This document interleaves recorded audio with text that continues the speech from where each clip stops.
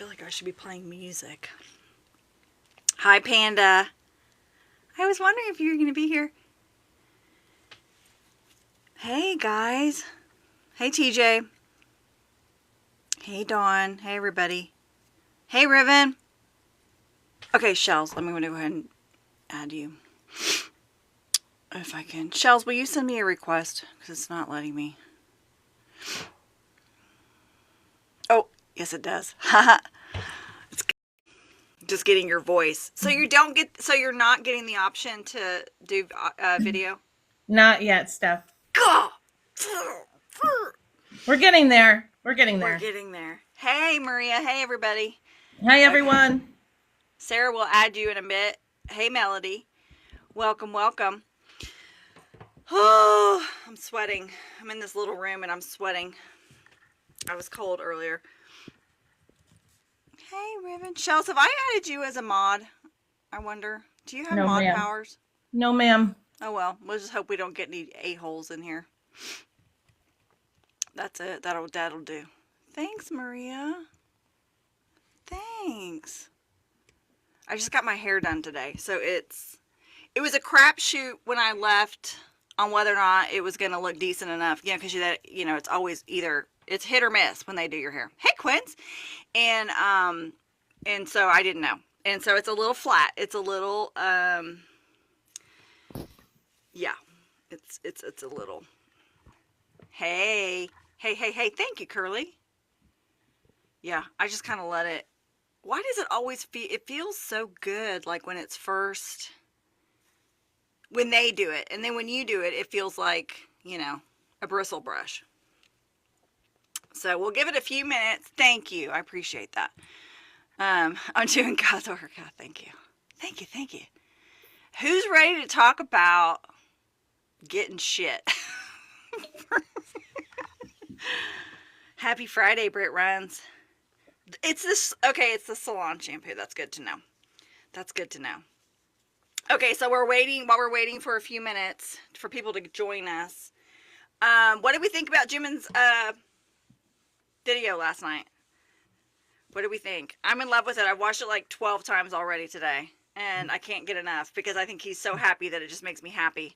So if you watched it last night, or if you've seen it, yes, adorable. He's adorable. I think I said adorable. I think I said he's adorable about 76 times. So adorable. So happy. Yes, he was amazing. And we'll talk about it all like Sunday night on the live with the whole group. I can't wait, but yeah, I was just curious if you guys, such a happy song. I know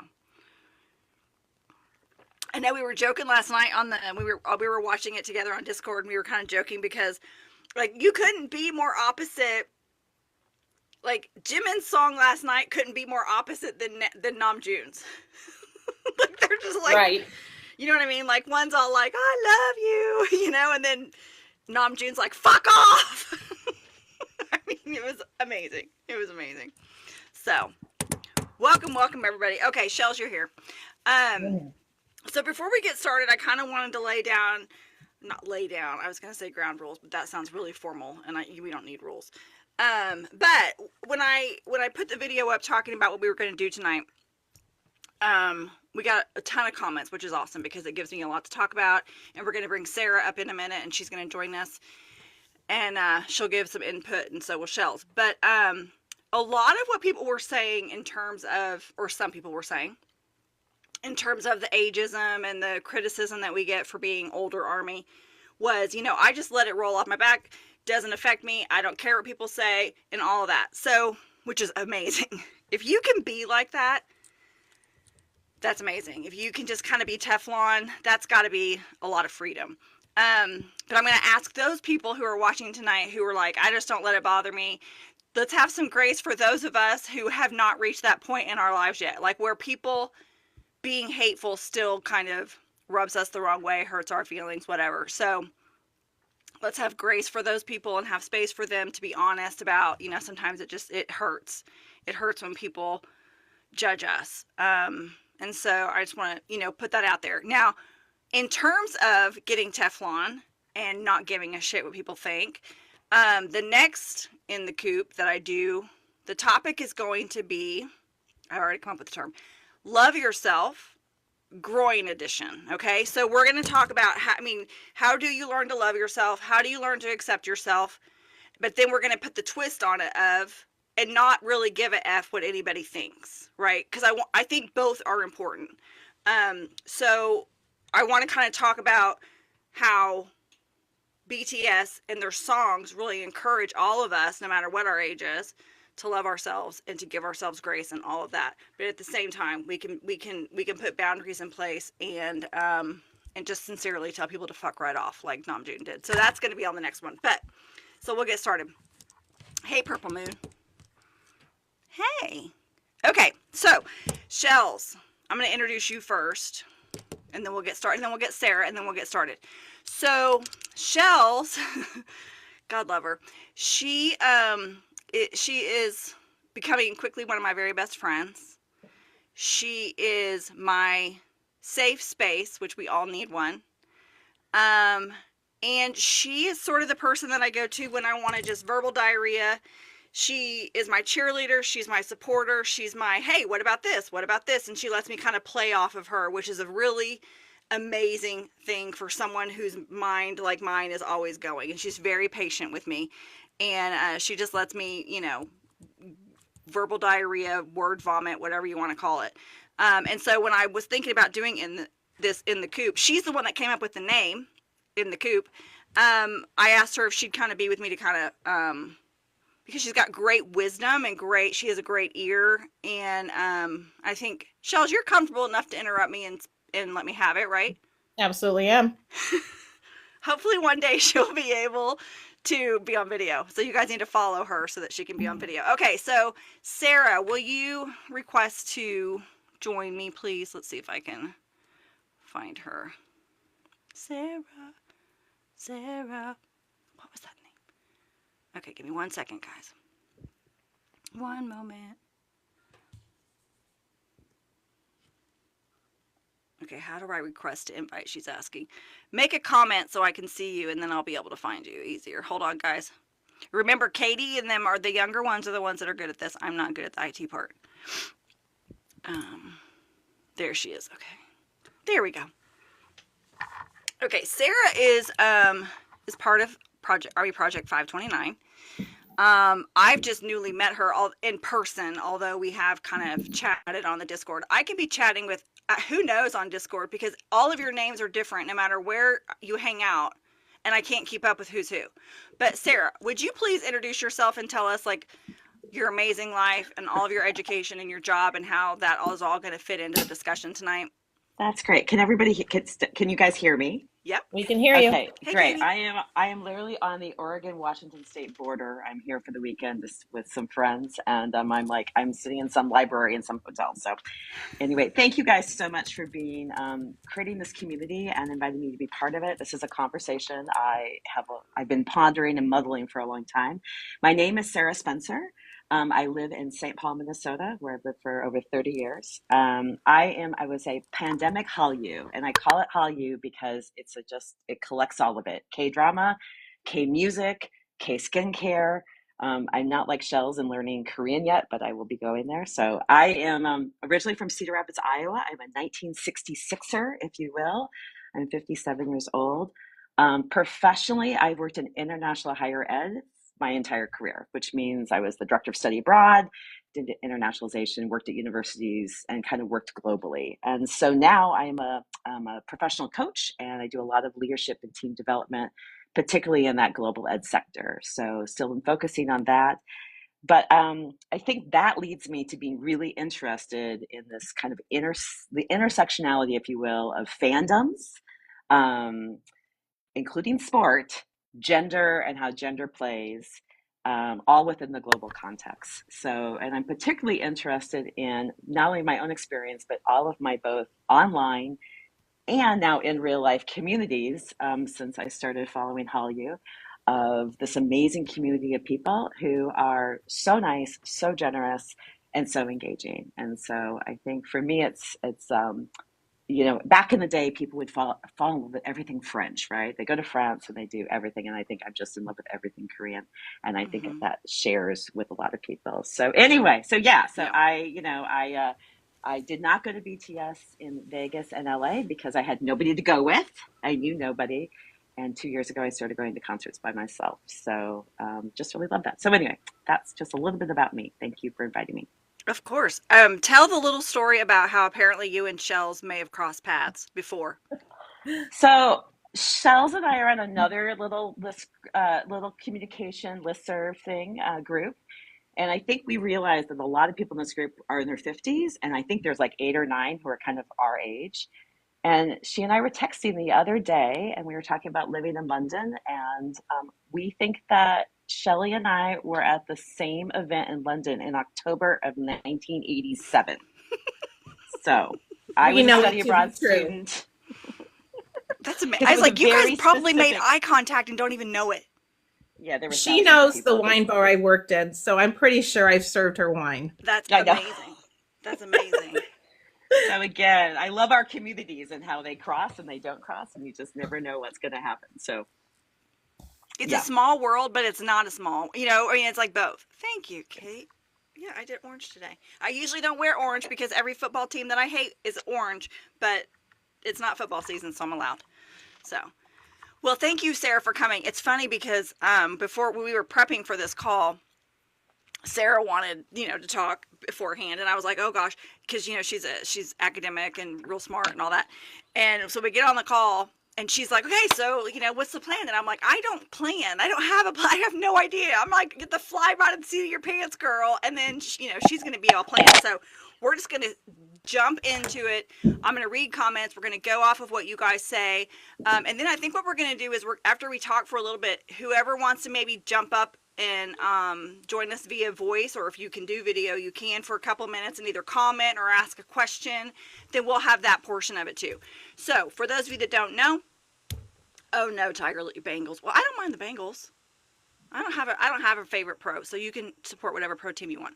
But anyway, so later on, if you want to ask a question or make a comment, I'll let you guys know, and you can request to join, and we'll do one at a time, and we'll do it that way too. And I'm springing that on you, Sarah, so I hope that's okay.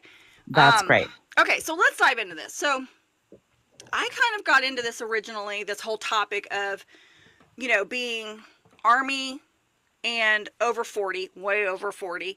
And because I was kind of shocked that when I jumped into the social media world and I did it through this route of being Army or falling in love with BTS, really early on, I got a lot of shit from people, like younger people making just ridiculous comments about you're too old, you're too whatever. And it was really the very first time in my life that I'd ever been judged for my age at all. And it really caught me off guard because I've never looked around and thought someone's too old to do something. My mom is, 76, I think. We've had OU football tickets, season tickets, for over 50 years. She had cancer and could barely walk and was still making her way to the football game. And there's no part of me that ever thought that was weird. Like, I've never thought fandoms, loving groups, that kind of thing was odd. And so, for an older person. And so, when the attack started coming at me, it kind of caught me off guard. I mean, I was just like, what the hell? And then when I kind of started talking about it and started reading the comments, I realized how prevalent this is. Now, granted, some of those people are probably trolls, but I think we also get it in our real lives, like, right, with family. Like, my husband at first was just like, what the hell are you doing? I mean, after these 7 guys, and they're so young, and whatever. So, Sarah, have you ever had that problem? Have you ever had somebody, like, look at you and judge you for being older and kind of being into the K-dramas or into BTS or any of that? Yeah, can you hear me now? Yeah. Okay, I've got rid of my AirPods. Not specifically in that way. I think that one of the things I've learned is this whole following all of these things, especially even TikTok, has me in more social media spaces that I think younger people are very much part of and feel very comfortable, feel very they comment on everything, Yep. and they don't filter. So I think that for me, I don't necessarily get a lot of judgment per se. What I get, and especially from Damn. my friends in their 50s, is they don't get it. Mm-hmm. Right. And Mm-hmm. so I don't feel it's as judgy. I do have a number of other friends who feel a lot of judgment Mm-hmm. for following Hallyu and actually a lot of hurt about it. So, but I think it's, yeah, I'm always surprised. I think I was of the generation where you really filter what you put in writing. You're very, you're very careful about it. Yeah. And I think that the social media and kind of the way people communicate now, those filters aren't the same. Right. Shels, what about you? I mean, I know you're very much, you don't put up with shit. So I really No, can't imagine anyone coming for you. no, that hasn't happened to me too often. I've been to events where it's mostly younger people, and I'll get the look like, oh, is that somebody's mom who's here to pick them up? Mm-hmm. When I go to a K-pop event or something local. Mm-hmm. But once, I engage with people, they understand, oh, maybe this old lady does know something. Mm-hmm. But I think once I hit 50, I came up with that I don't give an F attitude. Right. So, I need to get that. I mean, I say that I have that, and I do to a certain extent. But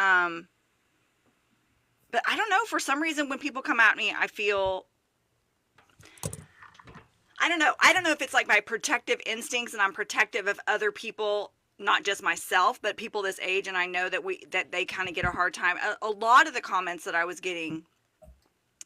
And you guys can comment in the comments right now, and I'll read them, and we can kind of go from there too. But it comes from your family a lot of times. You're from your kids a lot of times. I have a couple of people in the AP 529 that they get it from their kids, and they'll be like, "You're too old to be doing this," and so they almost kind of at first had to do it sort of in secret. And then it feels weird. It even feels more weird when you feel like you have to be secret about it. Because then you're like, this isn't even, these guys are 30 years old. It's not like they're 12 or 15. I mean, it's not like, it's not like they're really young. But what do you think that is, Sarah? Is it that they don't like to think, kids specifically, but just in general, do people just sort of think that once women, especially women, because I don't think men get the same judgment that women do. I think it's very one-sided. Do they think that like once you become menopausal, you should just die inside, like shrivel up, and like not be interested in anything? I mean, what is the phenomena behind you shouldn't have things that you enjoy at that point, or only certain things, approved things that make them feel comfortable? I was thinking about this. I have a really good friend. One of my best friends is actually a historian, and she focuses on aging in women. And 20 years ago, she was saying that, the generations have actually lowered. So when our mothers were 70 or 60 or 40, now we might be 50, but we're living like 35-year-olds. So it actually, that generation has really, the generational things have shifted by decades. Mm-hmm. I don't have human children. I have a lot of, nieces and nephews, and adopted nieces and nephews, and a lot of younger people in my life. I think part of it is, if I think about my friends as parents with their adult children, I think it's how they've cultivated their own interests and their own hobbies. Mm-hmm. So, if they are watching sports with their sons, or going to the Morgan Wallen concert last week with their 17-year-old daughter, mm-hmm. You kind of get a little bit of credit in that. Mm-hmm. I think that, but I also think that, especially from the kids, one of the questions I actually asked one of my nieces and nephews about this, I can't remember, last year. I'm like, you kind of are being a little questioning about my interests, and I'm curious, like, what's that about? Mm-hmm. What do you want to know? Then sometimes I'll be like, well, what doesn't sit right with you? And I as a coach, I ask those questions back, and then I just kind of hold space, and I kind of put them I kind of put it back on them. But I think that, postmenopausal, one of the things I will also say is that for those of us in the U.S., we're really bad at talking about menopause. Yes, right? We are. Yes. We do not talk about it. If you are in the U.K. or particularly Australia, they have menopausal magazines in Australia. Mm-hmm. And so I think just almost socializing the normalcy of menopause and what does it mean at this point in our lives is something I think in the U.S. we have an opportunity to strengthen, if you will, quote unquote. I don't know, Shels, do you have other ideas on that? Yeah, do you have a take on that, Shels? I think that you only know what you know. So somebody that's 25, someone that's 30 doesn't have the full experience to understand that when you're in your 50s and you have married, had your kids, done all of this, it's time for you again. It's Right. time for you to do what you like, what you do, and the people that love and support you shouldn't make you feel bad about that. Right. I mean, they forget that, I know for my boys, they're kind of coming around, but they forget that that as a parent, if you have children, you give up a good 30 years of your life where you don't get to do the things that you would normally, and really do. I didn't even have time to think about it because you're taking them to games and you're getting them to school and you're getting them, doing all the things and you're focusing on them. You really don't even have time to think about what is it that I like. And so then when all the kids moved out, that's when it all kind of happened for me to a certain extent. When all the kids move out and all of a sudden you've got time and you actually have a little extra money until they call you and tell you their car broke down and then you got to help. But I mean, you've kind of got that and you can kind of start to rediscover yourself. You realize that part of you never really died. It was just sort of hibernating for a while and it gets to come to life again. And it's actually a very exciting thing to find something when you're older that you can be passionate about and excited about and love. You don't feel so just yuck. And because menopause for me made me feel like shit. Like I just feel horrible about myself. I look horrible. The weight starts coming on. I mean, all the can't sleep, the hot flashes, you name it. You're going through it all. And so it's nice to have one thing, that you can kind of be excited about and look forward to and make you feel, young again, I dare say. But I also think that, for Generation X especially, we grew up. I mean, you look at the Golden Girls, right? Those women were our age. And look at them. Look at how different we look, right? They look like our grandmothers now. And so I think we are aging very, very differently. And my mother always said, you're only ever as old as you feel. I don't feel, especially not in my brain, I don't feel old. I feel old like if I've sat on the floor for a while and then I can't get back up, or I ache for 2 days after I, work in the garden. But I don't feel old. And when it feels like other people want to put you out to pasture, God, it's just like, it sucks. It sucks, And I think that women, again, it's just that area where women are not studied as much as men are. And they get everything granted to them and every benefit of the doubt, but we get kind of shoved into the corner a little bit, I think. And I think our kids have only seen us in that mom role. Mm-hmm. They don't know what mom was like, at 15 going to Duran Duran concerts, or they don't understand what, we had a life before we were their parent. Mm-hmm. So it's hard for them to see us enjoying the whole K-drama, K-pop, all of that. Right. Or enjoying something that's not them. Right. Ringo, I love your comment. Maybe next time I'll say, so I can talk about BTS or my menopause. You choose. Great comment. That's a great. Yeah, that's great. I think too, I think kids anyway, they don't want to think that their parents are sexual anyway. And so they certainly don't want to think they're still sexual beings when they're, in their 50s and above. So I think that kind of can somewhat creep them out. And I think the three of us had this part of the conversation too the other day. We were talking about other friends who are our age but aren't really accepting, and they think it's weird that we're sort of into this, for us in particular, into BTS or in this army thing. And Sarah, you made a really good point. You were like, I think part of it sometimes, especially with women our own age, is that what they can't understand and what they're actually sort of jealous of is if they don't themselves have something to be passionate and excited about. They see us loving something and so excited about something and digging into community, and that feels foreign to them, and they want that, but they don't know that they want it in the way that we're doing it with this group. Yeah, that is perfectly well said. I think that especially, if we're looking at women in our 50s, you've done career, the kids are maybe leaving. There's a lot of transition, right? We're in a lot of transition. Mm-hmm. And I think I have a lot of friends and just a lot of people who are seeking kind of new passion and purpose, as they say. And you can see there's lots of books and, eighth careers and those sorts of things. And I think they see my passion And I think part of it's rediscovering music. I mean, we used to go dancing twice Yeah. a week, you know. Yep. Shels, I'm so glad you mentioned Duran Duran. But one of my Yep. best friends who I, lived next door in college freshman year, she hated Duran Duran and she still talks about that. How she has to hear it through the How wall. is that possible? Oh my gosh. Yeah. But kind of just that the whole absolute passion driving to Rosemont 3 weeks ago to go see TXT by myself and getting a little, MOA dress from Amazon. Mhm. And I think that they're kind of like, they don't necessarily need what we are doing, but they yearn for new For passion something. and purpose. Yep. Yep. And they wonder what that is for them. And then Mhm. for them to be able to create that space or have that inspiration, everybody will be on their own journey for that. Right. So Well, I think it's interesting because since I've started doing this, and especially since the project, some of the people that I've worked with through my life, like whether it was on the films or whatever, that have kind of their life seems to have felt like they've kind of stalled at this point in their life. Again, they're now empty nesters. They're like wandering around. What do I do? What do I do? I've had like 3 people come to me and say, "Will you help me figure out, what I can do?" And I'm like, I can't help you figure out I mean, who in the million years would have thought my passion would end up being 7 South Korean men? I mean, that was not on my bingo card, right? Like, who would have thought? I can't tell you what your passion will be.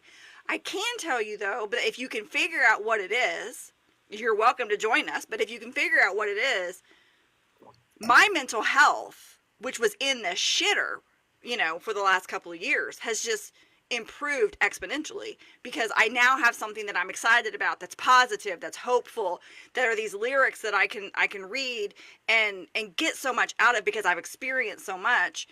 It's completely been life-changing for me. And they want that. They just don't know where the hell to get it. Exactly. Which is sad. I mean, you don't want to be like, well, like just come be Army and that's the answer. Although I kind of think that it is, but I don't want to be like a cult or anything, but. Yeah, I think interestingly enough, like bringing new things in, and I think that's, a lot of my space actually didn't start, except for carpool karaoke. It started really with Crash Landing on You and K-dramas Yeah, and kind me of too. creating that, During COVID? Absolutely. Yep. And then all of a sudden so our book group, right? Our book group was meeting once a week on Zoom, something like, every other month we talk about the book instead, but we were really a community, especially in 2020. And what Zoom afforded us. And so we also are sharing different movie or, series recommendations. And I'm like, I have something called Crash Landing on You. And it is the most amazing, oh my God.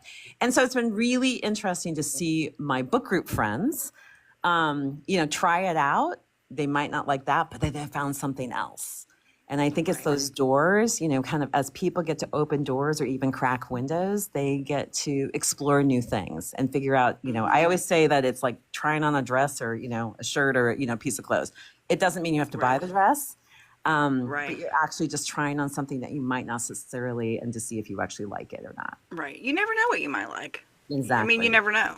I mean, here's my other question for you, Sarah, and Shels, you, of course, as well. Just speak up. I'm sorry that I can't see physical. I can't see you guys, so I don't know if you're like, hey, me. But one of the things that we kind of get grief for, we'll get it in comments. I've had a couple of people say something, is especially the and I always use the word, I don't even want to use the word because I don't want to offend anybody because I don't want to, whatever. But the sexualizing, I guess, the admiring these men for the beautiful human beings they are. We call it thirsting. I'm just going to call it what it is, just for fun.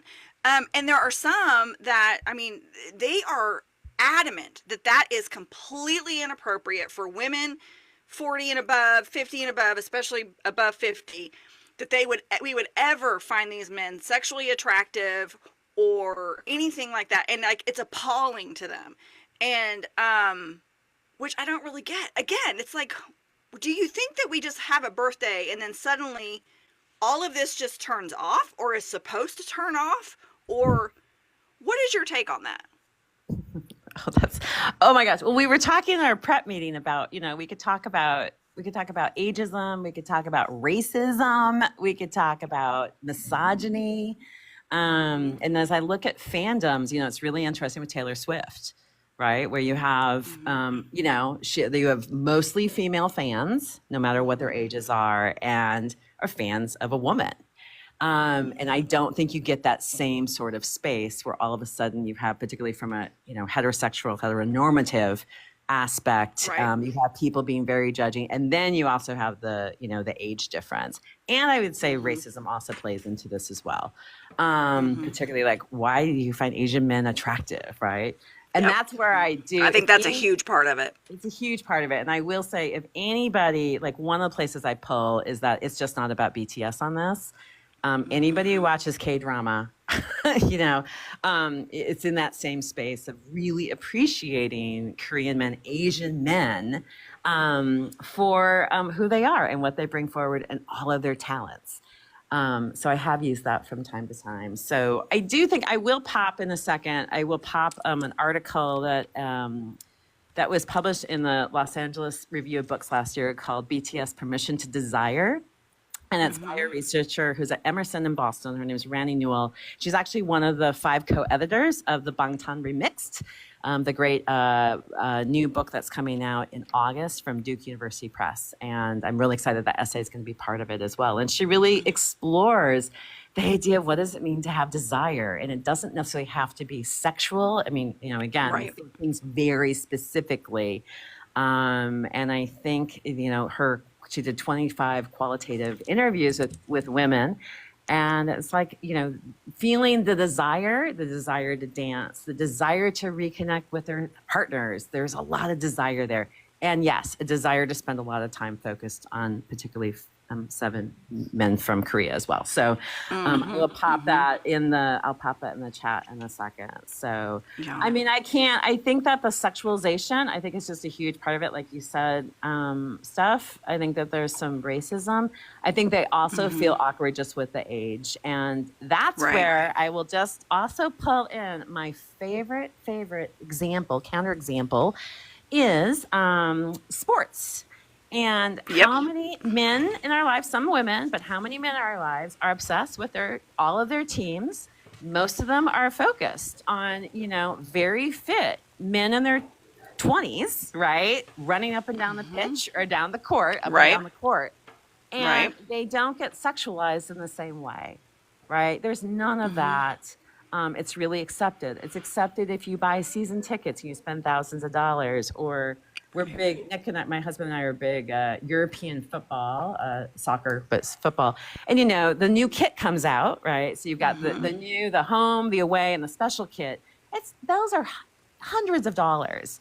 And so if anybody is getting that and then getting crap for, you know, buying all 3 versions of Muse or any of those sorts of things, it's really, again, it's you know, it's really standard. I think it's standard for people to look at sports and fandoms, but this whole K-pop thing in the West, or Hallyu in the West, is really new. If you think about it, it's only like 5 or 6 years old, and we're still working on socializing that and normalizing a little bit. So anyway, those are a couple thoughts. Oh, go ahead, Shels. Go, Shels. I think that, I mean, just living where we are, we think that, you know, we have everything that we need here. And how many of us have been really exposed outside of BTS or K-dramas to Asian culture? I think that's a lot of it too. They're scared of what they don't know, or what they don't know makes them feel awkward. You know, I know for Sean, it's interesting, and I know every person's going to be different, but I think I'm just speaking for America because I don't know other countries and I don't know other cultures. But here you're supposed to be macho man and not show emotion, and certainly not touch another man, because then they might say something about you, or make, you know, accusations or whatever. And so they're so afraid of showing any kind of softness towards another man in any way. And for women, we see through these 7 men and in K-dramas or whatever, that they have the freedom to be that way. And I think I feel safe. No, I would feel safer around sort of them than I would around most American men, just for no other reason than that. They're allowed to feel, they're allowed to show emotion, they're allowed to be affectionate with each other. I think that's all a very beautiful thing. And we lost Sarah. Maybe she'll come back. But now I lost my train of thought. Oh, but I think for men especially, it freaks them out. And then I think they have to grapple with the fact, if that's what's freaking you out, then I think that it does become more about race than age, right? Because if I Right. was acting that way over, I don't know, like she said, a football player, a basketball player, that would be much more accepted. But it's this, that there are these Asian men, and we are inherently oftentimes racist here, especially for cultures we know nothing about, and that seems so different. And but Sean was kind of that's my husband. He was actually more like, I wish men here could be like that. Like, he goes, I wish I had male friendships like that. I wish I would have been able to have open conversations with men like that, with because he goes, my life would have been very different. So to me, it's both. It's the age thing, but I think almost more here it's the race thing. At least in my opinion. I could be way off, but And the way the Korean culture looks at age. I was watching Kenji do a TikTok the other day, and he said that people in Korea will lie about their age, but will say older, not younger, because of respect. And I thought that was so profound. That is one of the things we lack here, that I'm in love with the Korean culture with, is that respect. Because I feel like so much of the time, like when you're talking to someone who's younger with you, they do a couple of options. It's either the almost infantile, I treat you like oh, you're Gen X, you're so cute, we're just gonna humor you and let you give your opinion, but you're so off base and you're so out of touch and whatever, right? And you get treated that way. Sarah's back. You know what I mean? What? Oh, she is. Sarah's back. Okay, let me see. Or you're treated basically like you're already, in a nursing home elder. You know what I mean? Like, it's one or the other. It seems like. Hold on, I'm finding you, Sarah. There you are. Okay. And I don't think that people see women in our age bracket that have their own identity. You have a role, you're a mom, you're this, you're a career person, but they don't see you as who you are. Mm-hmm. Well, and in Korea, from what I can tell, obviously I've only seen, through K-dramas and the way that the boys treat the women in each other in their life. Like, if you are older, it's assumed that you have life experience and wisdom to share, right? And there's this honor and respect that comes with that. And here, these younger, to me, I feel like often these younger generations, they don't want to hear anything from us, right? They don't care if we have life experience. They don't think we're any wiser. Like, they think we're idiots for the most part, who are totally out of touch. And so it's just completely different. And so sometimes I feel like, when they say, oh, you shouldn't be a fan of BTS or so, and it's like, and like I said in my video a while back, I think we understand what's going on, especially with some of these lyrics, better than anybody else can, because we have the life experience to back it up, and it all makes sense, right? And we know what to expect. Absolutely. Yeah. Sarah, are you there? I am there. Sorry about that. I was Yeah. trying to get the That's links okay. to the article. I just, so anybody, again, it's BTS Permission to Desire by Ronnie Newell. Just Google it. It's free on the website. So I'm curious, when you guys get stick or pushback in this, I would be curious for anybody also in the comments. I find people's responses are very superficial. It's either the, young men, they don't talk about all the things that, for me, ARMY talk about, which is the lyrics, the emotional aspects, the mental health. I mean, all the places that I think are part of, the BTS history, and are part of why we, I think, really appreciate and respect them so much. Is there any space for you guys ever to talk about, the lyrics and those sorts of things, or are people just stuck on that kind of superficial reaction? Yeah, well, let's let the comments answer that first. I will usually introduce people with a Run BTS episode. And if they find that engaging, then I will go on and lyrics or concerts but I think the younger generation also has to understand that we have a lot more experience. We understand where they've been because we were where they were. Right. Right.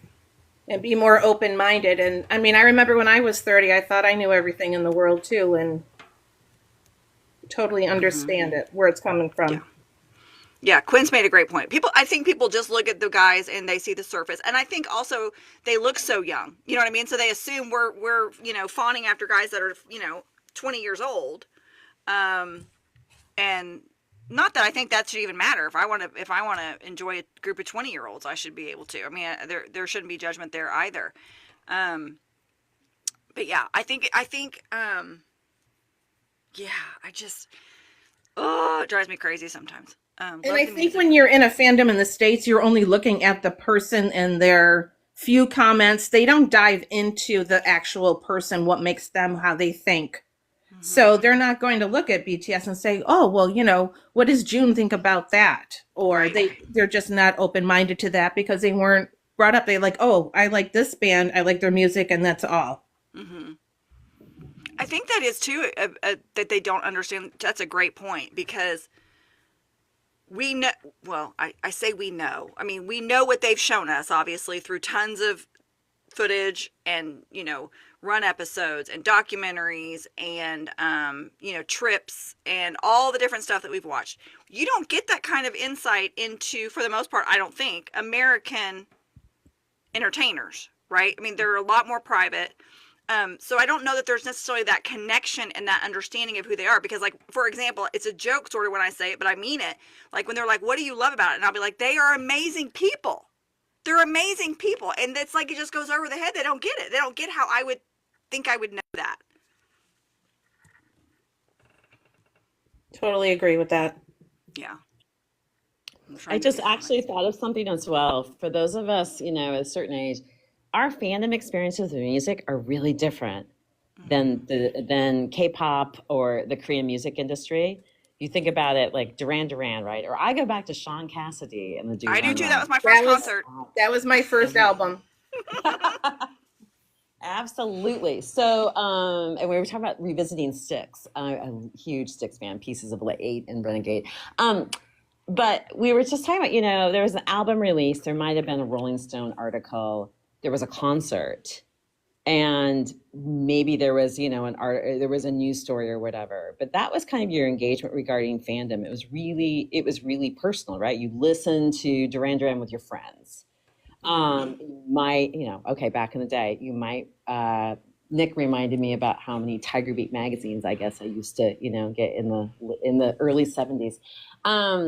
But there wasn't a lot. And so the engagement, social media engagement, what it means to be a fan is really different. Mm-hmm. And I think that there's a generational shift in that, and there's expectations. And I think we don't talk as much, at least I don't talk as much about what it means to be a fan now, because my 50-year-old friends are thinking about what it meant to be, a fan of U2 during college, or Depeche Mode. Mm-hmm.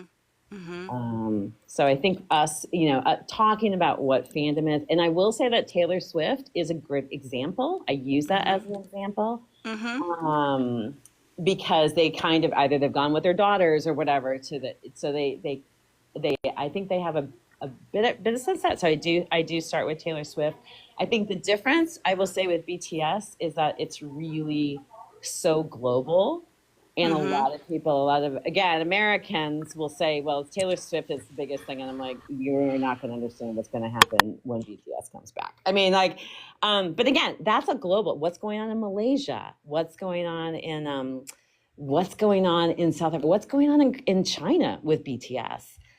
Those are really different spaces, and they are very, very significant. And I think, again, Shels, I think you said you don't know what you don't know. Right. Just not having that exposure of the impact. Yes, there's a lot of impact on BTS, for BTS in 2000 and 2020 and those sorts of things. But so sorry, that was a big thing, but kind of what it means to be a fan is really different than what it used to be. No, I agree. And I think if you look at that from the member side too, I mean, as soon as, they became even a little bit, as soon as they kind of hit America, so to speak, all of a sudden they're being asked to speak on, come to the White House, come to the UN, speak on these major things. And all of a sudden, I mean, the weight, you're speaking on behalf of literally an entire population of people, because we don't know anything about you over here. So you're the ones that are kind of popular. So come over here and tell us all how we're supposed to be, which was a really interesting thing, Yeah, I mean, I think the question about the lyrics too is really interesting. I don't know that I've ever got to dive in to talking about lyrics with anybody because it is so surface. Their concerns are so, they don't want to actually talk about real stuff. They just want to nitpick and be assholes sometimes. You know what I mean? Or put limits on you that, or anybody else that doesn't agree with them or see the world the way they see it. That they don't care to, I think, get into the importance and the significance of the lyrics and stuff like that. I don't think. Yeah, and most of it's Korean anyway, right? It's in Right. Korean. So I think that, yeah, I think that that space. It's really interesting. I went to, for D-Day, the concert, I was actually in England and I invited a friend and we went to Exeter. We were in Devon and, you know, I had like prepped her for the whole thing. And she said, I wish you've talked about the lyrics so much with Augusty. And she said, I wish there would have been the translations Mm-hmm. because, you know, she's like, I was really ready to understand, but I can't, you know, I needed the translations for that. And I've thought a lot about Right. that. So she Yeah, was we still don't have that already, on this version either. yeah, Luckily, exactly. Leslie does a great job of putting lyrics together for stuff for us for the project, but we haven't got to August D stuff yet. But yeah, I mean, there's no way, I don't think. And again, I have such a skewed point of view on everything that because I love them so much and I appreciate them so much and their wisdom so much. I just think that they have wisdom about stuff at such a young age that that a lot of people our age cannot comprehend or don't want to comprehend. And if it takes a little bit of effort, that's the other thing I get. Well, you can't even understand them, and I'm like, okay, so I read the lyrics a couple of times to get a gist of what the song's about. I mean, how many of us don't even know what the hell we were singing in the 80s? We were just singing words because we didn't even know what the hell they were saying or didn't even know what they meant. I mean, we've been doing that for what difference does that make, right? We just, if music is music, you enjoy it or you don't. Um, Lyrics for me half the time were just a guessing game anyway, you know. Yeah, and I will say this, I try to be a fan of American rap, but I really struggle with the misogyny and the violence against Mhm. women in it. And, you know, Mhm. so when I first got into BTS, I was like, oh my God, is it going to be the same sort of rap situation? I didn't know. Mhm. You know, it's about Mhm. haters, but that's about who's Right. hating them. It doesn't have the same sort of gender or like acute misogyny. And that's okay with me.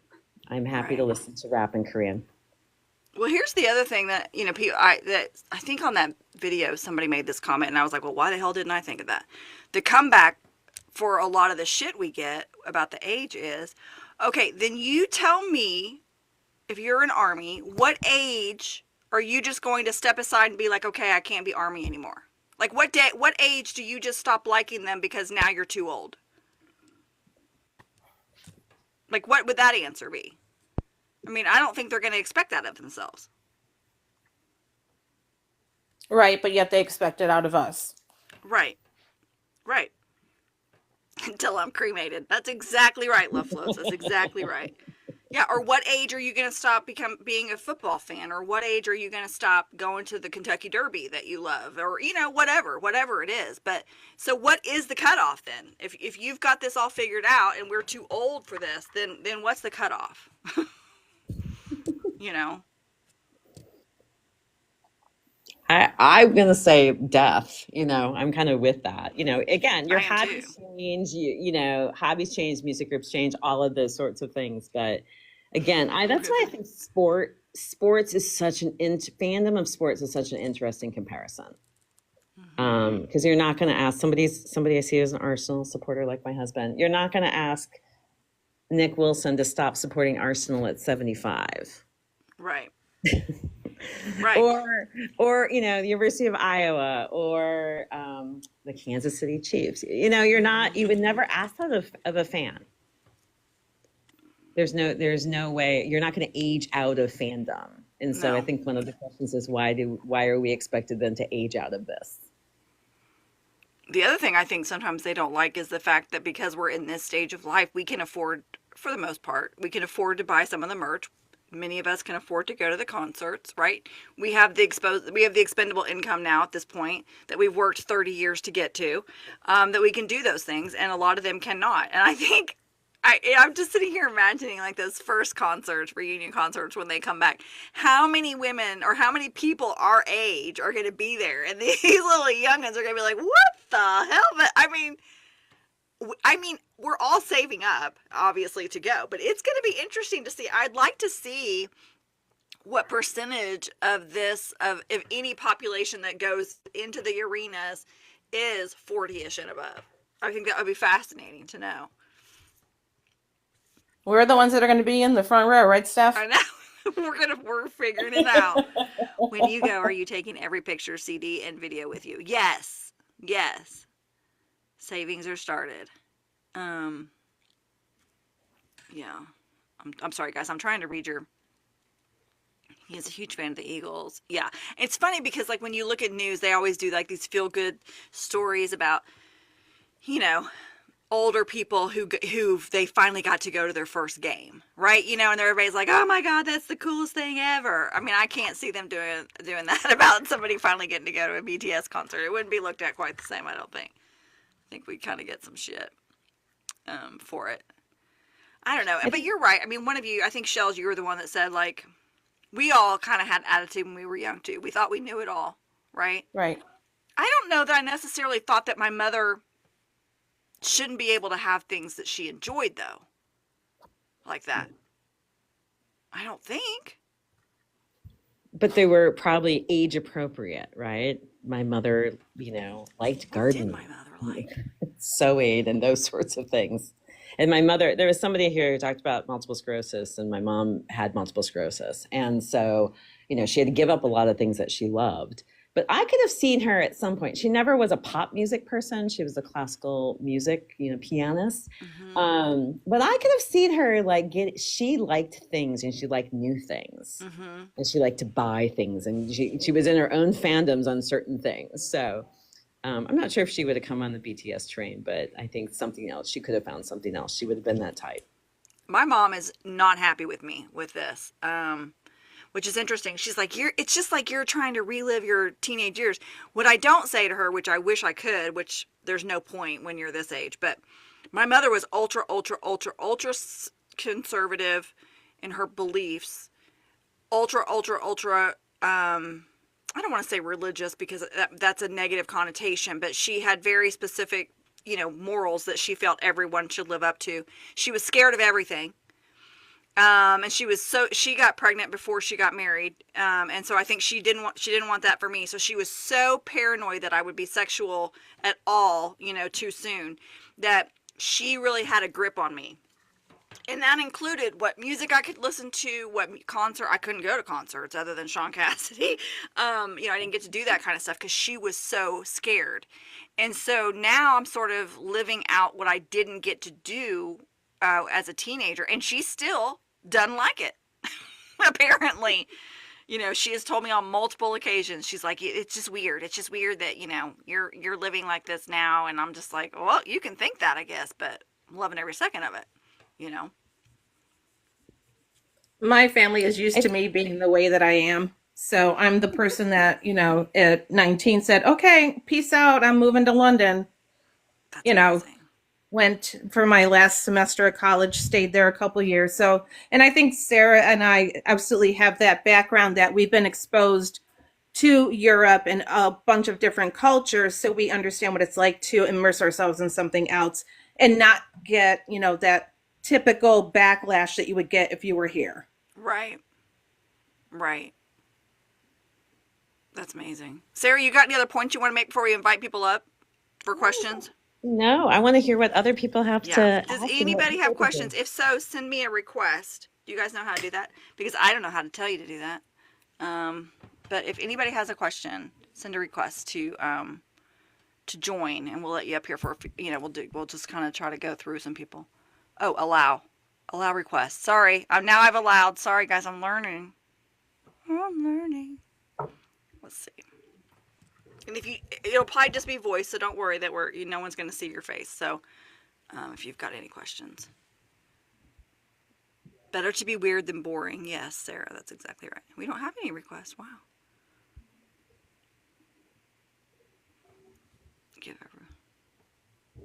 Or if you've sent one and I don't see it, put it in the comments.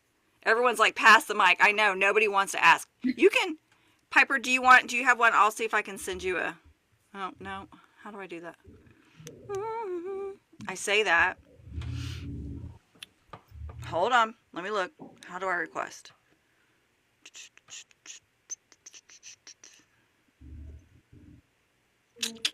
Well, I say that. I thought I could easily add people.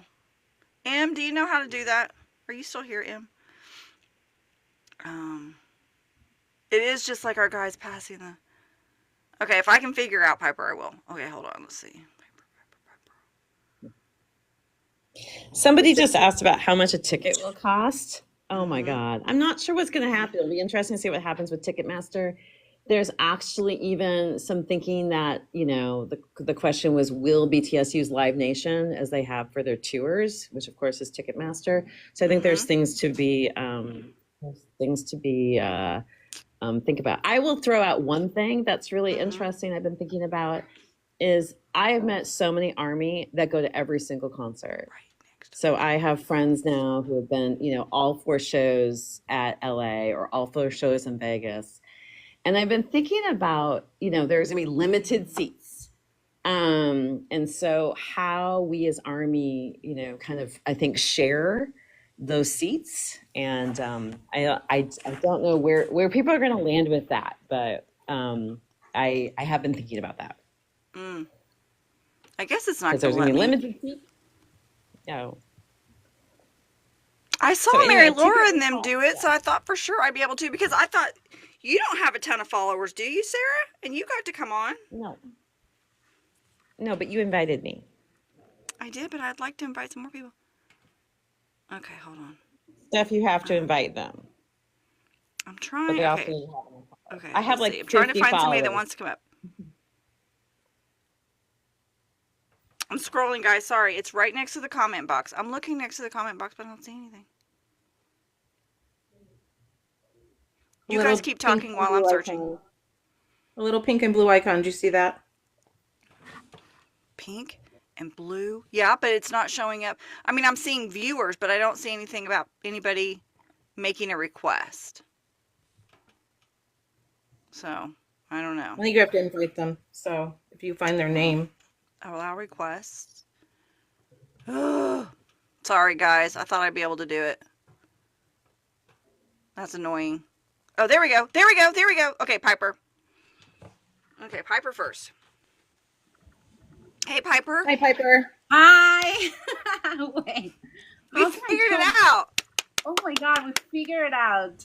Thank you so much. Wait, I wanted to show my face, not because I'm pretty. Believe me, I'm not. It's just I feel more comfortable. Sure. I don't know how to do this. Oh, I know. I don't know how to either. You're asking the wrong. I am not good at this, so. Jesus. I'm really trying to put my camera up, but I don't know how. Honestly, I just want to thank you guys. Seriously, because it is so hard to find spaces where I can find older armies that could understand the feeling, because in my real life, I do not have, you know, those, I mean, I do have friends, but I do not have army friends, as much as I try to bring them in the train, but they just don't understand it, you know, like they're in completely different channel. They do respect it, but they kind of, it's always this feeling of, they look at me like, okay. Right. Especially because, I mean, I am single. I do not have kids. I'm 40, by the way. And yeah, I mean, obviously BTS is like a huge, huge part of my life. And I don't know, it seems like it looks for my friends and family like, okay, like you haven't grown up, you know, like you need to get out of there, find a husband, you know, have children. And even if I do that, I'm like, I mean, I could have a husband and kids and whatever. I will still love BTS. Like this is not like they're hindering you from finding a man. Exactly. So it is so hard to find, you know, spaces like this. I try to find those armies through Twitter and follow them and so. But yeah, I saw your video and I saw that you guys were going to be live tonight, and I was like, I need to be there because I am looking for, these conversations where I could definitely connect with people that feel the same way that I feel, that love them as much as I do, and they don't judge. Right. And this is just, We're just all in it together. I mean, there's a lot of people in the comments that are telling you they're in the same boat that you are. So that's good. You've already found a community just from being on here tonight. And you need to join our Discord because that's where all that stuff goes down. sure. You'll have more friends than you know what to do with. We'll be Am I right, Shels? Absolutely. I mean, I don't know how many like lifelong friendships have been made in the last 150 days, but it's a lot. It's a lot. Definitely a lot. You'll find your space, you'll find your group, and you won't feel alone again. I can tell you that. Oh my For God, sure. that's great. That's awesome. I will look for that Discord and definitely I'm gonna join. But I don't have a specific question. I just wanted to voice out how grateful I am for you three, honestly, to do this space and to let us just connect because it's a huge deal for a lot of us. So thank you. You're welcome. We're happy to do it. I've got 5 other admins that are amazing and they do most of the work, and we're all very passionate about the community. And I think the more people that come along and the more relationships that we build and the more we realize we aren't alone, the more firm the kind of the foundation and the passion that we have for the project grows. And so I only see amazing things in the future and the community growing. So that's amazing. We're excited to have you join us. Our chaos, as we call it. Awesome. The shit show, that is AP 529. So awesome. Well, thank you. Thank you. You guys have a great night. I will You still too. be in the comments though. Thank you. Okay, Great. Riven, you want to talk? Okay, let's see. Riven. Howdy, ma'am. Hi. What's up? I was just She's going to one of make my sure that peeps. it was working. That's why I sent the You initial didn't actually want to request. say but- something? Let's see. I think you're all great too. And people should definitely come join the Discord because, like, I said this in the comments too. I'm in totally the same boat as Piper. I'm 41, single, 2 cats, but I think one of the things too for me is that I've always been one of those fandom girls.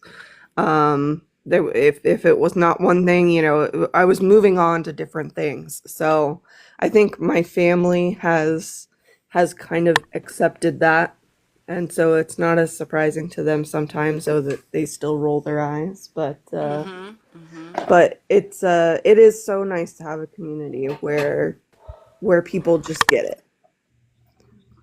So Right. Sorry, my dogs were barking. Kaylee's showing up. My guest that's going to be sleeping in the BTS room has just arrived, so the dogs are barking. So ignore that. Yeah, I think it's really cool because, I mean, did you ever think that you'd have like this many people that loved BTS as much as you do in your life? no, and because I was struggling, I spent an entire year struggling as a baby army looking for a community. I was on Reddit. I was, I was on TikTok, talking, in people's lives and that kind of stuff, and a lot of people that are here now, and it was just like I felt very much like I was on the outside, like just kind of tagging along, like I was at the edges of the crowd, just kind of saying, "Hey, I'm back here," standing back. I'm also kind of shy, so just like, I didn't want to like necessarily insert myself into that space. But yeah, so finally finding this group and finding the Discord has definitely given me that community that I was looking for that entire time since I discovered or really started paying attention to them, in November of 22. So, yeah, it's beyond my wild imagination. Yeah, that's really cool. Em, can you help Suzette figure out how to get into the Discord if you're still around? Okay, we'll say help. Hold on one second. Now I've started a comment and it won't let me back down. Hold on one moment. Hold that thought, Ribbon. One moment. I can't do two things at once. It's okay. Hold on. Okay, I just said we will help. Okay. I can't do multiple things at once and the dogs are barking and I'm just like, oh my gosh. You're overstimulated. I'm completely overstimulated. Yes. Kaylee's here. Oh my gosh, she's viewing the room. Okay, hold on. Hold on, you guys. Hold on. Hold on.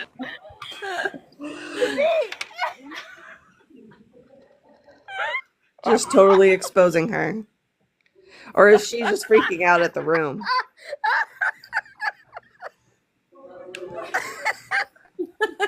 What? You have a crossword puzzle. Oh, this is a lot.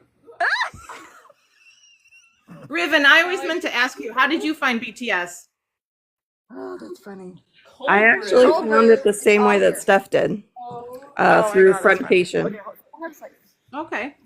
Oh my god, that's funny. Okay, sorry guys. Haley's here. She's freaking out. Speaking of young people freaking out.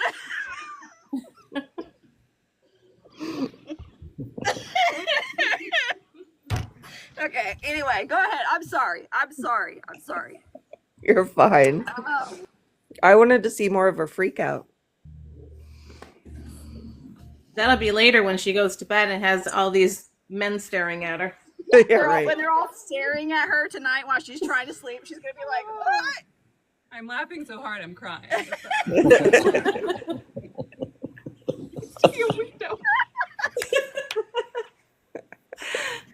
Don't worry, they stare respectfully. Oh my god. Okay, you have to look around the room and tell me which one is most attractive. Okay. I love this shit. Okay, I'm sorry guys. Okay, I'm sorry. Okay, who else has requested? Proud BTS mom, are you still there? I'm gonna bring you up. Oh my god, that's funny. Okay. Oops. Hello, welcome. Can you hear us? Is she here? Proud BTS army. Hello? Are you here? Hello, can you hear me? Yes, we can hear you. Hi, ladies. Hi. Hello.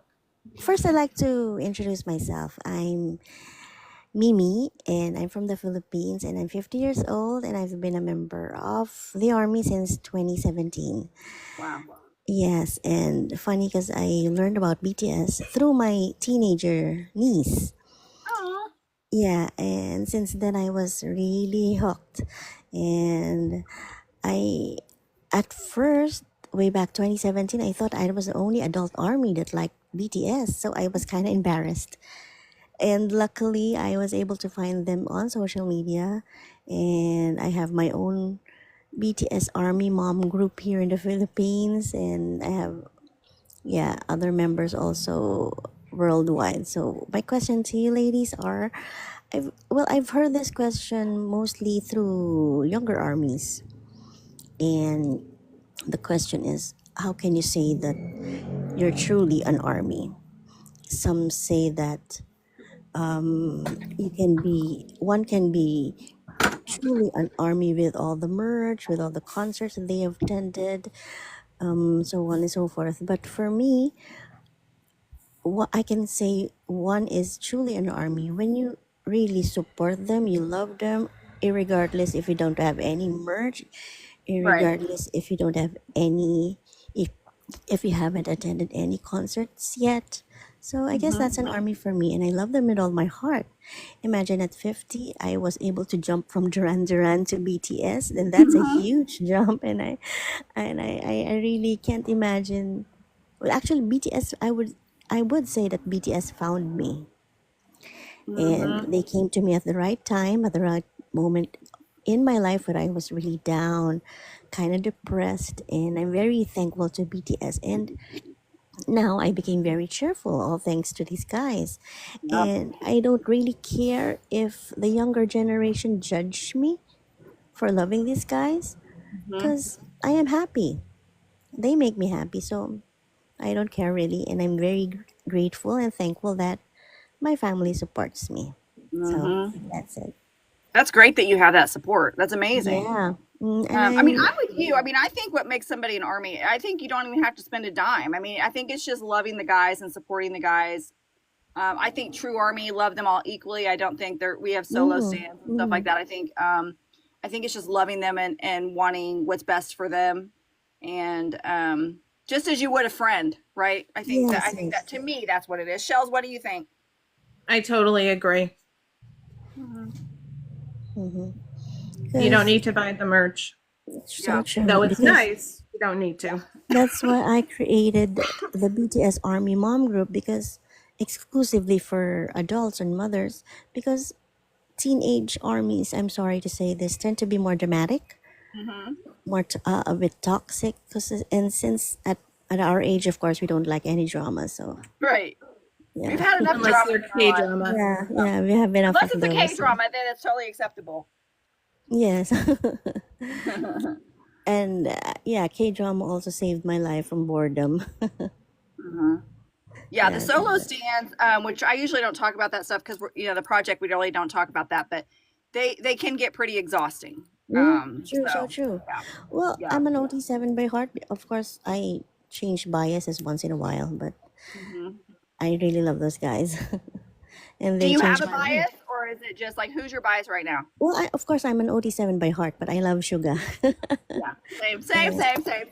And I and RM wrecked me once in a while. That's right. That's Yeah, Shels. Shels is a RM is lady. I'm really kind of who I'm Suga as well, and then Jimin. But I'm really kind of whoever is in front of me in the moment. I mean, I'm OT7, but then whoever is like releasing something in the moment or send out a picture in the moment. Like V is always like, hello, like look at me. So I think they all have their moments, And ladies, have you attended a concert already? BTS concert? Because I haven't. I have not yet. Yeah, I haven't not. too. And they say that when you see J-Hope in the flesh, you would come out as a J-Hope stan. I heard a lot of people say that. A lot of armies say that. That would not surprise me. Yeah. Yeah, I have a feeling that when J-Hope comes back from service, I will be J-Hope obsessed for quite some time. I'm Yes. just prepared for it. So I'm kind of expecting a world tour from J-Hope. that would be amazing. That would be amazing. Yeah. He can do it. And I was really surprised when Suga did one, because of all the members. Suga is kind of low key and quiet, and all of a sudden he announces a world tour, and that was really amazing. Yeah. Unfortunately, they didn't went here in our country, so that sucks. Well, I am still distraught that I didn't go to the Sugar concert. But I would have had to go alone. Which I mean, Sarah, you've gone to concerts alone. To me, like going to a concert alone is like I do real well if I can go to a McDonald's and eat by myself.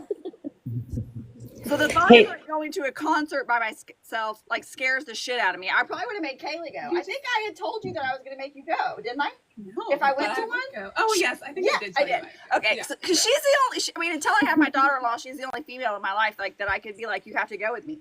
But now I've got all of you. So if he does do a it's concert, amazing. we're all going to go together. So I was going to say, you're not going to have to worry about going by yourself anymore. no more. No Steph, more. I will say I went to D-Day twice, once in Oh my Rosemont and goodness. once the last Oakland, and I went by myself both times. I went to the first Oakland one by myself too. Yeah. So It was great. there is something too about going by yourself That's for anybody during a who concert. is worried about that at any point, going to TXT by yourself or going to Enhypen by yourself or any of those, or BTS someday. There is a little bit of freedom too in going by yourself and just having that, not missing the experience because you feel like, oh, I'm going to be by myself. I started small. I went to a movie theater by myself to see Yet to Come. Yes. And then I was like, oh, I can do this. And then went to the concert by myself. So there's something to that. Don't be afraid to go by yourself. Well, and plus, I mean, that's one of the things that Shels is helping me work on we are already starting to plan as a project how we get groups together, meetups together, hotel rooms together, stuff like that when concerts do start happening. The Kansas City meetup, the London meetup, those are kind of practice runs and our opportunity to hug each other's necks and be all excited to meet each other in person for the first time. But phase 2 is we got to figure out how we can all connect at concerts. So none of us do have to go alone. We all get to hang out together. We can have a great time together, and that will be amazing. That will be amazing. I have to say that's one of the amazing things about Army that I didn't know until I went to D-Day was just how inclusive people can be. Because there I am, an older woman by myself, but nobody sneered at me that I saw. Maybe they did it behind my back, but just that, they were there. People said hi, the freebies they give out, all of that kind of stuff. That was just like amazing to experience that part of it too. Yeah. Yeah, well, Patty, that's a great question. I don't know about oxygen if they let you into the concert. Probably not close to where the fire are, but I will say that there's a colleague of ours that it will be in the UK, the meetup, and she went to I think she went to one of the D-Day concerts with a friend who actually had accessibility. So it was all so they looked at it from an accessibility standpoint. So I would say that whichever venue you would be looking at, there is accessibility to consider. Awesome. Thank you, proud BTS Army Mom. Have all your friends join us. I'm honored to meet you. Thank you. Nice talking to you, ladies.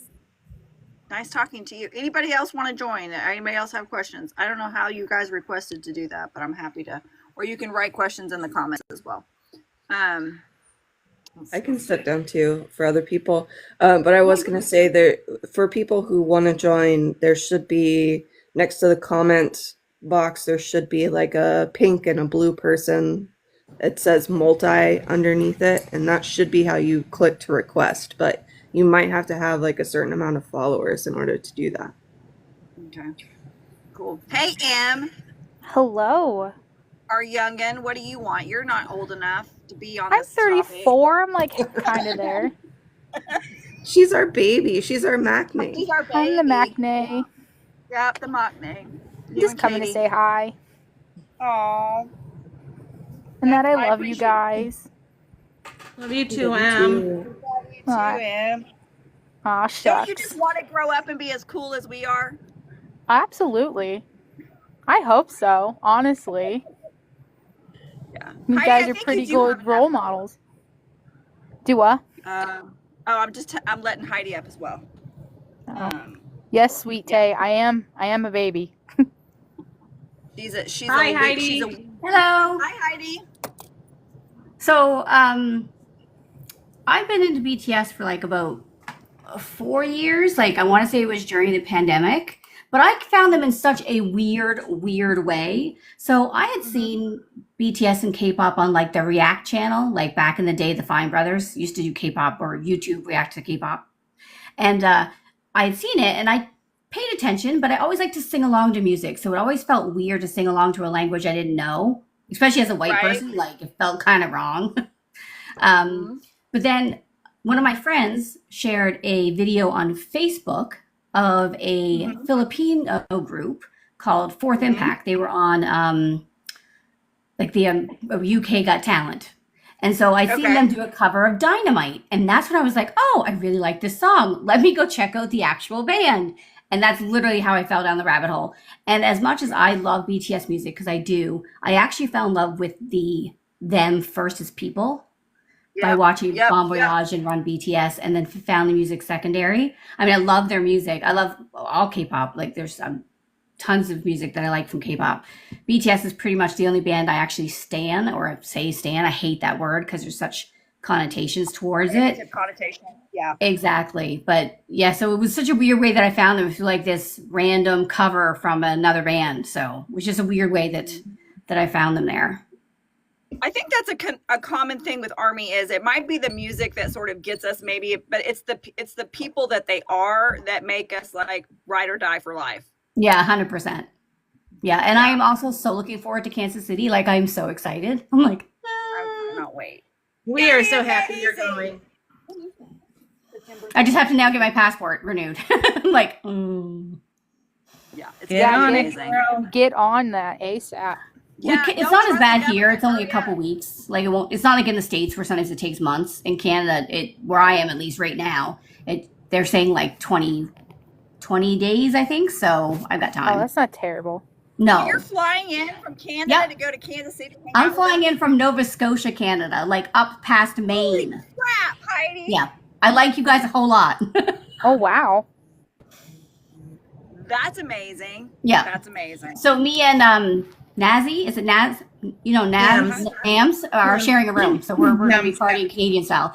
And I was talking to her about being some Canadian snacks that you guys can't get, like ketchup chips, just fun stuff that you guys can't get in the States. Amazing. Yeah, I was like, that would be fun. Well, that's Ketchup cool. chips are some of my favorites. Oh, Yes, ketchup chips are amazing. I love them so But much. I'm only 4 hours away from the border, so. Oh, nice. I don't live anywhere near the border. We just have them. You're just kind of stuck in Ohio. I'm stuck in Ohio, man. You don't have that. Well, I should go because I'm actually at work. Well, thank you. Oh, we'll have fun at work. Yeah, I won't, but thanks. Mint Pegasus. Do your best. You got this. Okay, thank you. Bye, Heidi. Bye. Okay, bye. Hey, Heidi. Mint Pegasus, what are you doing? Hi. Hey. I can introduce myself since you guys, I don't think, have talked to me on voice ever. I think No. Leslie's the only one. My first name is actually Andrea. I live here in Nebraska, Special now. and I'm 46, and I happen to find BTS kind of through the weird things with the K-dramas and things like that. But I was also a huge fan of a J-pop group before called Arashi. And they retired at the end of 2008, and because they were hitting their 40s, and they were just trying to make it in the US right before the pandemic hit. And then I started watching K-dramas, and then I found BTS, especially through listening to different OSTs and things like that. And I found all sorts of music, and I have a playlist, and BTS is the one that really stuck with me. And That's I am amazing. So I am one of the Hobie bias and OG Oh, then fans. you're excited for the countdown to come. Yes, I'm ready for Hobers to be home. Aw, that's amazing. So does the people in your life, do they support your obsession? My other half puts up with it. He teases me about it, but he lets me do my thing. I'm actually, what cracks me up, he is almost identical in personality to Suga. The way he acts, the way he thinks, his thought process, everything is Suga. So I think it's actually kind of funny that Hobie is my bias. We're polar opposites when it comes to, I'm more the optimist, he's more the pessimist, so we balance each other out. That's good. It is Sean, good. Hobie is, okay, let's see. Suga is Sean's bias, he would say, if he had to admit to one. But Hobie is his record because that very same reason. Like, he's like, because Hobie is who I would want to be. Like, Hobie is the most opposite him. If Sean had that much energy, Kaylee knows Sean. If he had a bunch of energy, I don't even know what I'd do with myself. Do you? No. Like, that is not him at all. So, You'd be in a funny farm. yeah, I mean, we couldn't have two of us like that. So, one of us has to. I did get to see Suga for D-Day. I did get to go to the Chicago show. So I have seen one concert with them. And I will tell you, the experience made it so much more real. Seeing one of them in front of you, even though it wasn't all seven, it made me cry. How beautiful it was it made it more in person, and he was so good. And we had a lady that was 75, 70 somewhere years old in there, and when they did the fan cams, everybody cheered when they focused on her, and she had a little sign she was waving. It was amazing. I love that. Her daughter was with her. It was I beautiful. can't wait to see what signs the AP 529 team comes up with, because I'm not going to be able to come up with one, and I'm going to need somebody else's imagination on those. I guess the question I would have for you guys here, with the ageism and everything, it sounds like it's more of an online problem than when people are in person.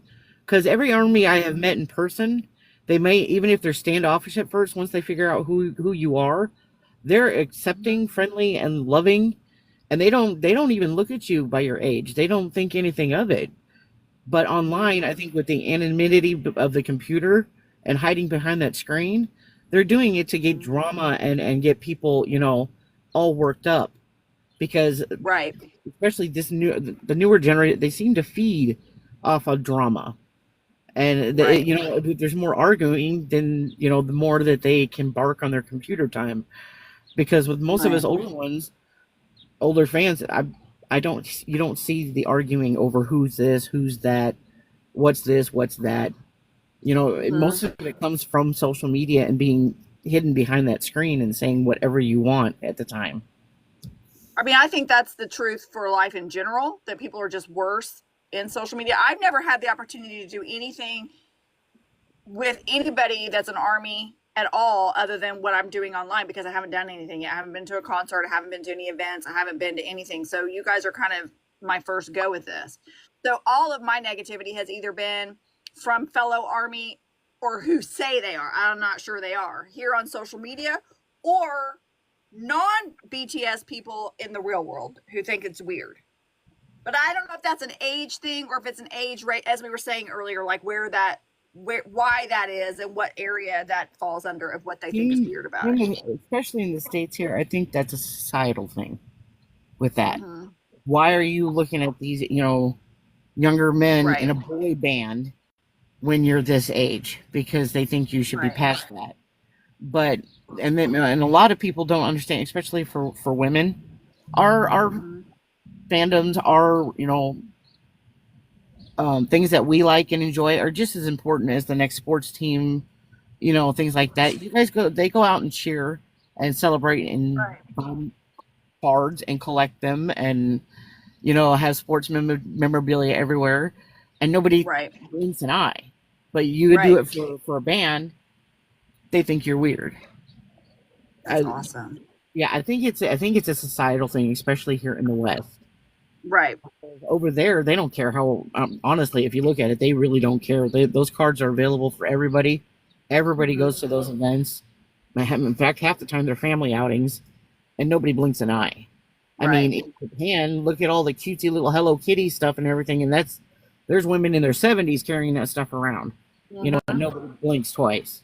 So I honestly think it's a Western thing, where they think that you should be, a proper lady and doing this and doing that, and you shouldn't be fangirling. But you know what? We all have interests, we all have wants, and we can admire things that are beautiful and amazing. So right. That's awesome. That's amazing. You're right. I mean, I think it is. I think it's trying to figure out, not even trying to figure out, just not giving a shit, which I think, like I said, we'll talk about the next one when we get together next time. But and just letting people, I don't know. I just wish that people would at least try to understand what it is I love about them or what somebody loves about them before they shit all over it. You know what I mean? It's like you could at least be a little bit, if you care about me, you could at least be a little bit interested. You know me well enough to know I'm not some, wacko. Well, not normally. But you know what I mean? Like, at least give me the benefit of the doubt and realize and understand that there's something special about it. Otherwise, I wouldn't give two shits. Exactly. And honestly, I live by the motto, if it makes you happy, do you, boo. Because we only live once, honestly. And if you can't support half or your family member for what they love, then you don't, that's not right, because you love these people unconditionally. So if it makes them happy, be happy for them. Life's too short, and there's too much stress if you stress over the small things. Exactly. It's awesome. Awesome. Great. Thank you, Andrea. Okay. No, Steph, it's Sarah, and unfortunately I have to go, but I just wanted to say thank you so much for all the people and their contributions. Absolutely. I loved it. I just texted Shels and said, did you have a blast in your first in the Coop? So really delighted to be part of this and look forward to continuing these conversations on Discord and other places. So anyway, everybody have a great weekend. And thanks so much for inviting me to be part of an amazing conversation. Thank you, Sarah. Talk to you soon. Bye. Appreciate you.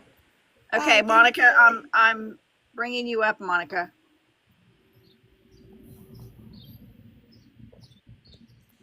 Let's see. Hey, Monica. Hello. Hey.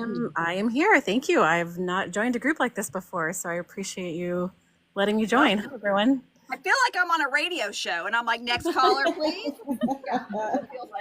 Yeah, I just wanted to jump on because I kind of found this group by accident when I was scrolling and immediately loved hearing all your stories. And, you know, the age group is totally up to my speed. I'm 49, I'll be 50 this October. And like I said in chat, I've been Army since 2018, along with my daughter, who at the time was in high school and a teenager. This was right after the Love Yourself album came out, and Fake Love kind of drew us in, and that the rest is history. So we were fortunate enough to go to the Love Yourself tour. We went to LA. I'm actually in the Seattle area, but we flew to Los Angeles for 2 shows. Then we went to the Speak Yourself tour in Pasadena, which was incredible. After that, and we've been to 2 Jingle Balls that they were at. You're like the luckiest person alive. As well as PTD. Oh my God, it just keeps getting better. We went to PTD Las Vegas as well as PTD in LA. So I've been there, and so I was going to give you guys some tips, just to kind of give you a clue. Yeah, absolutely. I mean, you can never prepare too early. So the first thing I would say is budget now and start saving, because you just, when it's time to get to. Well, they're making it a little difficult, Monica. They I keep know. releasing shit. So yeah. I know. So like, have discipline and decide like, okay, tickets are, going to happen soon. And especially when it hits 2025, you don't get a lot of notice. And so if you don't have like a budget and sort of a fund, I mean, I have a fund set aside because you literally have to be ready within 2 weeks sometimes before tickets go on sale. So that's like budget wise, that's what the first tip I would give is just, whatever coins you want to put in a jar or however you want to do it. There's ways to do it on a budget, and there's obviously you can not have a budget and still have fun, obviously. But the second thing I would say, which is really awesome that there's this group, is to find a group that you connect with. And when it comes to ticketing, you have a really high percentage of getting tickets. So for instance, if you know the ticket limit is 6 tickets, you'll split yourself into groups of 6, and everybody will try to join the queue. And so with that many people joining, someone's going to get in, and that someone can get 6 tickets for your group. And by doing that, I've had sound check 4 times, gold twice and silver twice, because one of us is getting in and able to get tickets for everyone. Obviously, you have to trust each other because there's exchange of funds and such, but it's at your own risk. Fabulous idea. You know how many sets of 6 we'll have with AP 529 by then? Exactly. Okay, and so that's the first part of the strategy. The second part is you want to join the fan club. That is relatively new. When I first started ticketing, we didn't have a fan club pre-sale. So it was a bloodbath. So as it always is, pretty much. Right. But even back then in 2018, such diehard fans, all of us, and it was still really hard to get tickets. It was definitely luck of the draw. So I ended up getting resale for my first BTS concert because I missed the boat on that, for Love Yourself. So that's really important. The fan club membership is worth it just for that pre-sale code. The only downside is because there are so many people applying, not everyone gets a pre-sale code. So this is where your group comes in. So if you have that group of 6 or 12, somebody's getting a code, right?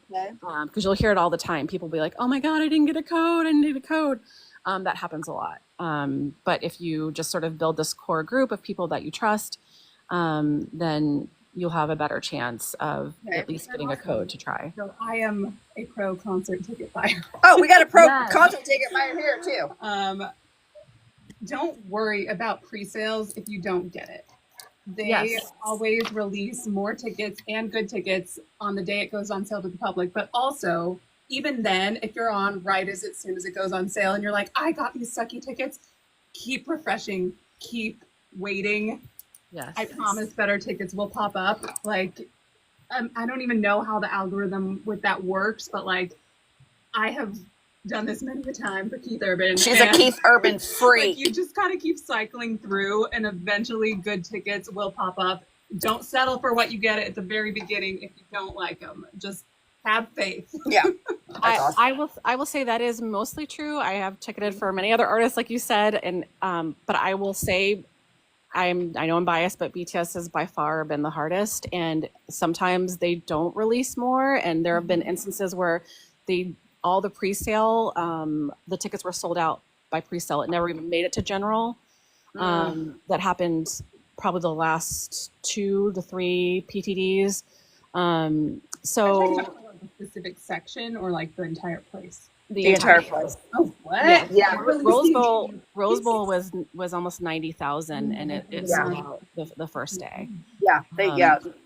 So but if you have 6 people and you keep the ones you get, and then everybody else can still keep trying, and then if you get better ones, then you've got better. Exactly. Yeah. But I will say it is true that there are some releases, like they'll do the typical artist release, so the tickets they set aside for radio stations or what have you. And I got really lucky one time, and it was for Speaker Self, and caught a release like the morning it came up because I kept checking, and we ended up barricade on the end stage. And we thought they were fake tickets. We literally thought they were fake tickets. And when they scanned, my daughter started crying because we thought they were fake. You were so nervous. Yeah, well, she didn't know that they were. She was like, "They can't be real. I can't believe we're gonna be this close." What was my other tip? Yeah, but don't worry. Again, resell. You're always gonna find a ticket, and there's safe ways to buy tickets from other Army that either they bought too many tickets and they couldn't, their friend couldn't go. There's ways you can vet people. I gave tickets to someone on TikTok for PTD Las Vegas because I had an extra pair, and you might have seen her, you might see her, but she is a big fan, and she's a teacher, and I just had an extra pair. So there's we are a community. We're really giving. We want our Army friends to see them, and we'll do it without making a profit if we're real Army. Most of us, it'll just be face value. There's always a way to get that done. But yeah, otherwise, we'll see what happens, or if they change the way they do things, because that's also, you'll get used to one way and then they'll change it. Oh, and my other tip, this is really surprising, again, having been someone who's gone through ticketing so much, is you want to have the app on your phone. Use your mobile phone. I know everyone says that desktop is faster. It is if you have a T1 server or you have astronomically fast. But I have both, and my mobile app has gotten me in with the smallest queues. I don't know why. It's just a thing. And then have everything preloaded, like your credit card. Have your credit card with you, because sometimes it'll ask you to verify your last, the 3-digit code. Right. And people have gotten tickets and lost them in that panic of, I don't have my physical card, I don't remember this number, or their bank is like, is this really you trying to make this transaction? So you contact your bank ahead of time that you're going to be, making this purchase. So again, I've been through it. I have literally been through, it's very stressful, but it's doable, and you just have to hang in there. So I can legitimately see me having a nervous breakdown in the process of trying to get tickets. Like, I can see, I see it in my future. You just gotta calm down. It happens. Okay. It happens. But again, if you budget it now and maybe plan for, I might not get a face value ticket, but I can still get a resale at a decent price, and you wait, don't do it on the sale day, because people panic and they're like, I'm not going to get a ticket. So that advice was great. There's a lot more tickets that become available closer to the show. What do you think, average price are you thinking we're talking? How much do we need to set aside? Gosh. Okay, so the prices have changed so much, and plus the fees are so high now. But previously, gold sound check was $600. And I think I cannot remember for Yoongi or for Suga how much it was, because I'm really bad about numbers leaving my head. But I would say if you're just ticketing for yourself, I literally would save, if depending on your seats, if you're happy like sitting, because honestly there is no bad seat, that's not a lie. When you are up high, when you're in the higher seats, you get to see the entire ocean, the rainbow of light sticks, and it's such a sensory experience. If you're shorter, I would say, sometimes it's not worth it being on the floor if you're past the 10th row. And so you're better off doing that first bowl level. It's still an amazing, and they have such great videography and video graphics that the view is really good. So if you have your heart set on floor, again, with 2025 being such a great tour, and keeping in mind, you know, you might have to buy resale, I would minimally have $600 to $900, to be honest. And then it's not a surprise. And again, the fees are so high. So even though you're like, oh, I can do that. And also everyone who's bought tickets to Ticketmaster, platinum pricing will get you. And that's the second pitfall you want to avoid, is when they do dynamic pricing and you see platinum doesn't mean platinum soundtrack. It means you're paying a premium price for that ticket. Because the demand is so high. So a $400 ticket will be $900 because there's tons of people who are trying to get it. So what your friend in the background there said is absolutely true. That's when you don't want to panic, because people will buy those seats that are astronomically high when they don't have to, that they can wait a little bit longer. So yeah, it's a crapshoot, but I always say it's so easy to get pulled in and overspend.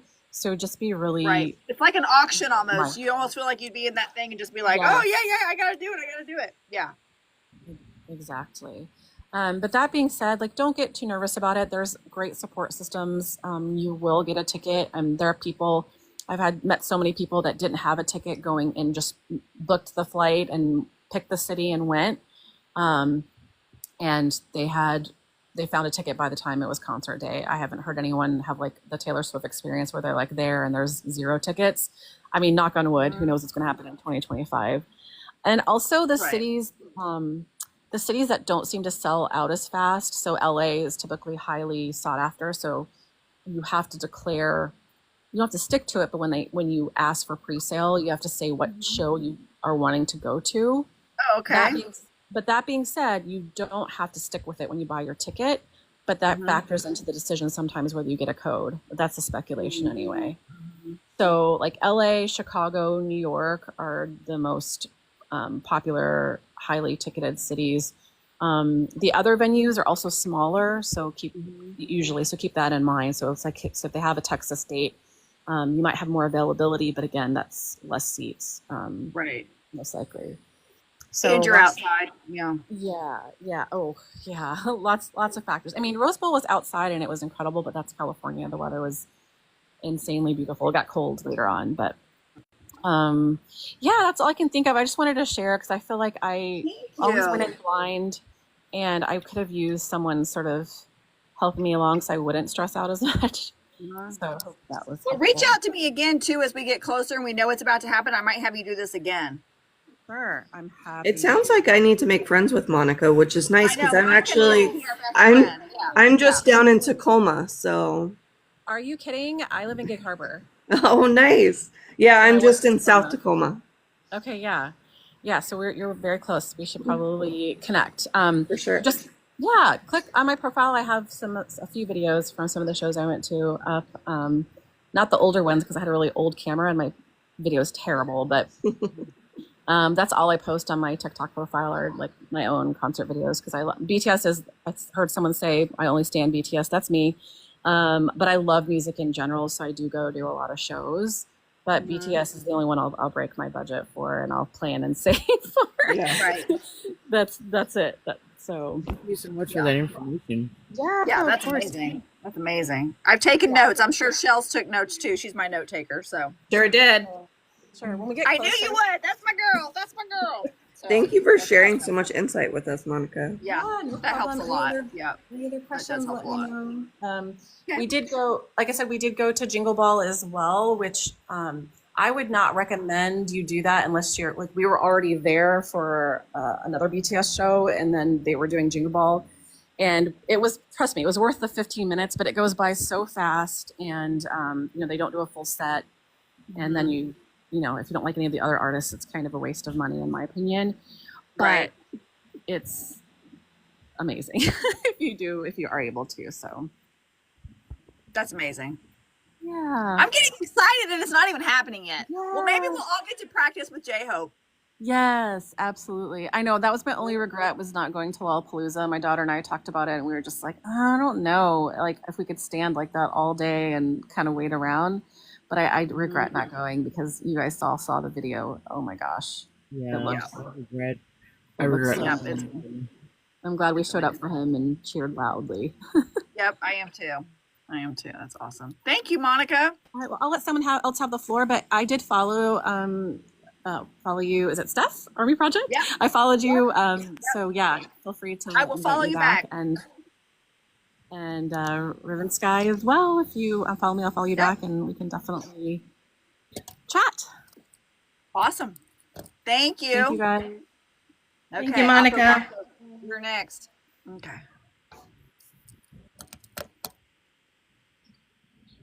Okay, there you go.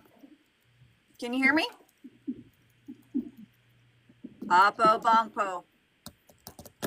You there? I really do feel like I'm on a radio show. You look like you're on. Do I? Caller, are you there? I'm just kidding. Your mic, Let's see, your who else? light. Okay, well, I don't know what happened. Just we'll try that again. Okay. Sorry, guys. Okay, let's see who else. Panda.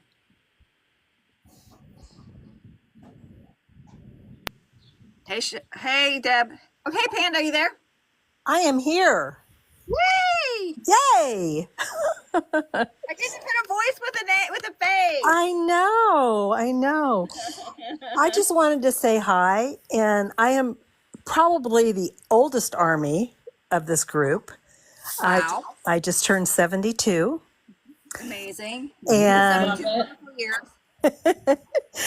and I just, these guys, I found them in 2018 just by a fluke. I heard I was watching a K-drama, Boys Over Flowers.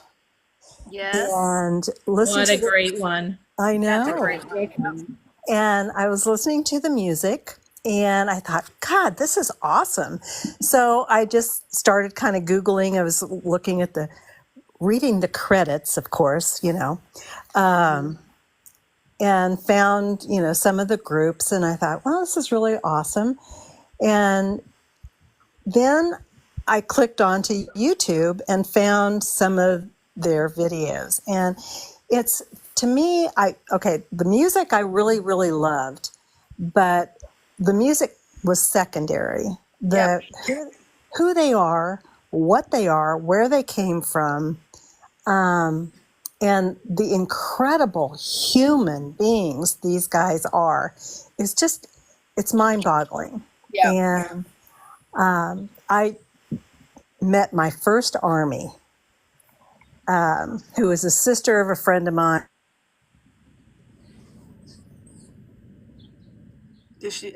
Panda, you muted because she's, huh? Are you No, there? go ahead. You had muted yourself for a second, but you're back. Are you there? Oh, Yeah. okay. She's like 78 years old. She's a sister of a friend.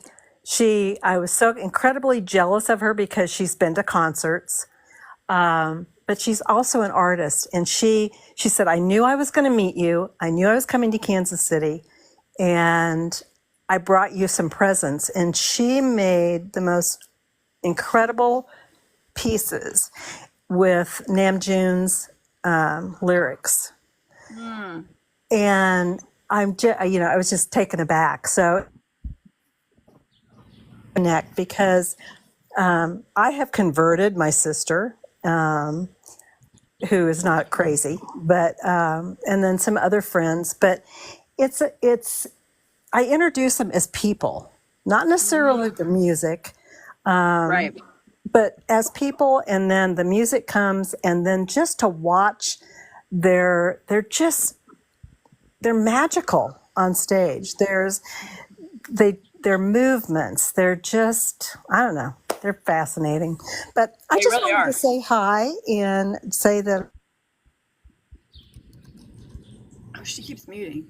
and I love, did I mute again?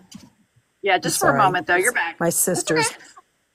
Okay. You're just reminding me of Christina, who always gets herself evicted from the talk, so that's fine. Oh, oh, good. I'm glad I have company.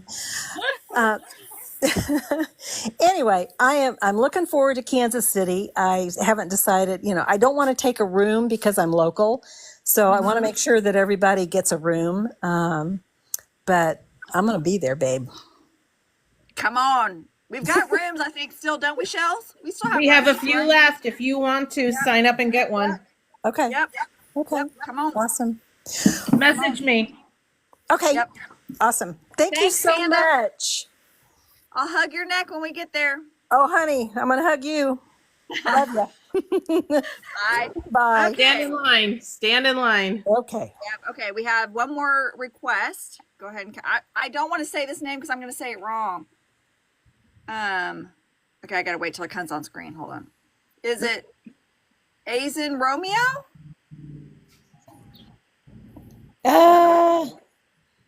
Let's see. Yep. As in Romeo? As in Romeo. Thank you. Yeah. Can you hear me? I wasn't sure if I was joining it right. I've never joined one of these before on here. Oh, I'm so glad you are. I'm usually just like on YouTube or something with people. Yeah. Well, welcome. Hi. Hello. I think what you guys are doing is great. This is a lot of fun. So I've actually been a K-pop fan since Wonder Girls, Big Bang, 21. Raised my kids on K-pop. But, I kind of got stuck there because I really loved music. And then all of a sudden one day, my daughter starts playing all this music. And I'm like, who's that? And she's like, oh, it's so-and-so and so-and-so. And, she's introducing me to GOT7 and Monster X and stuff. And then she kept playing these songs. I'm like, what's that one? I'm like, that one that sounded like, play that again. Turns out like all of these songs that I was getting really obsessed with were BTS. Of course, yes. And I think what's really interesting about that time in our life, we had gone through a few years of some pretty significant trauma issues in the family. My daughter and I were barely speaking.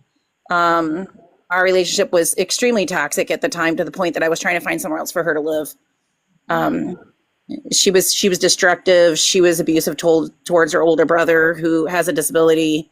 Not that she meant to be, but she just, was scream and yell and bang on his door when he was trying to, have quiet time and get away from her. And,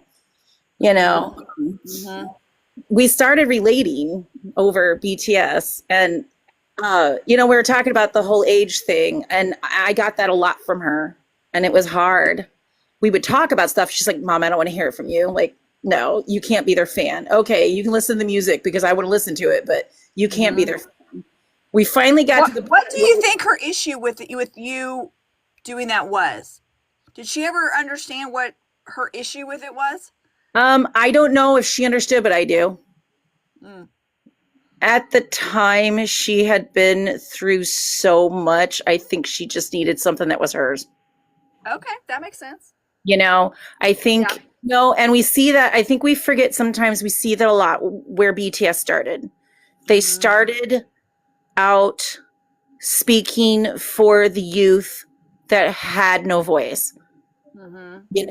And she resonated with that so deeply that I think she was just like, Mom, fine, you can listen to him, but, please don't take this away from me. This is mine. This is my thing. Right. is mine.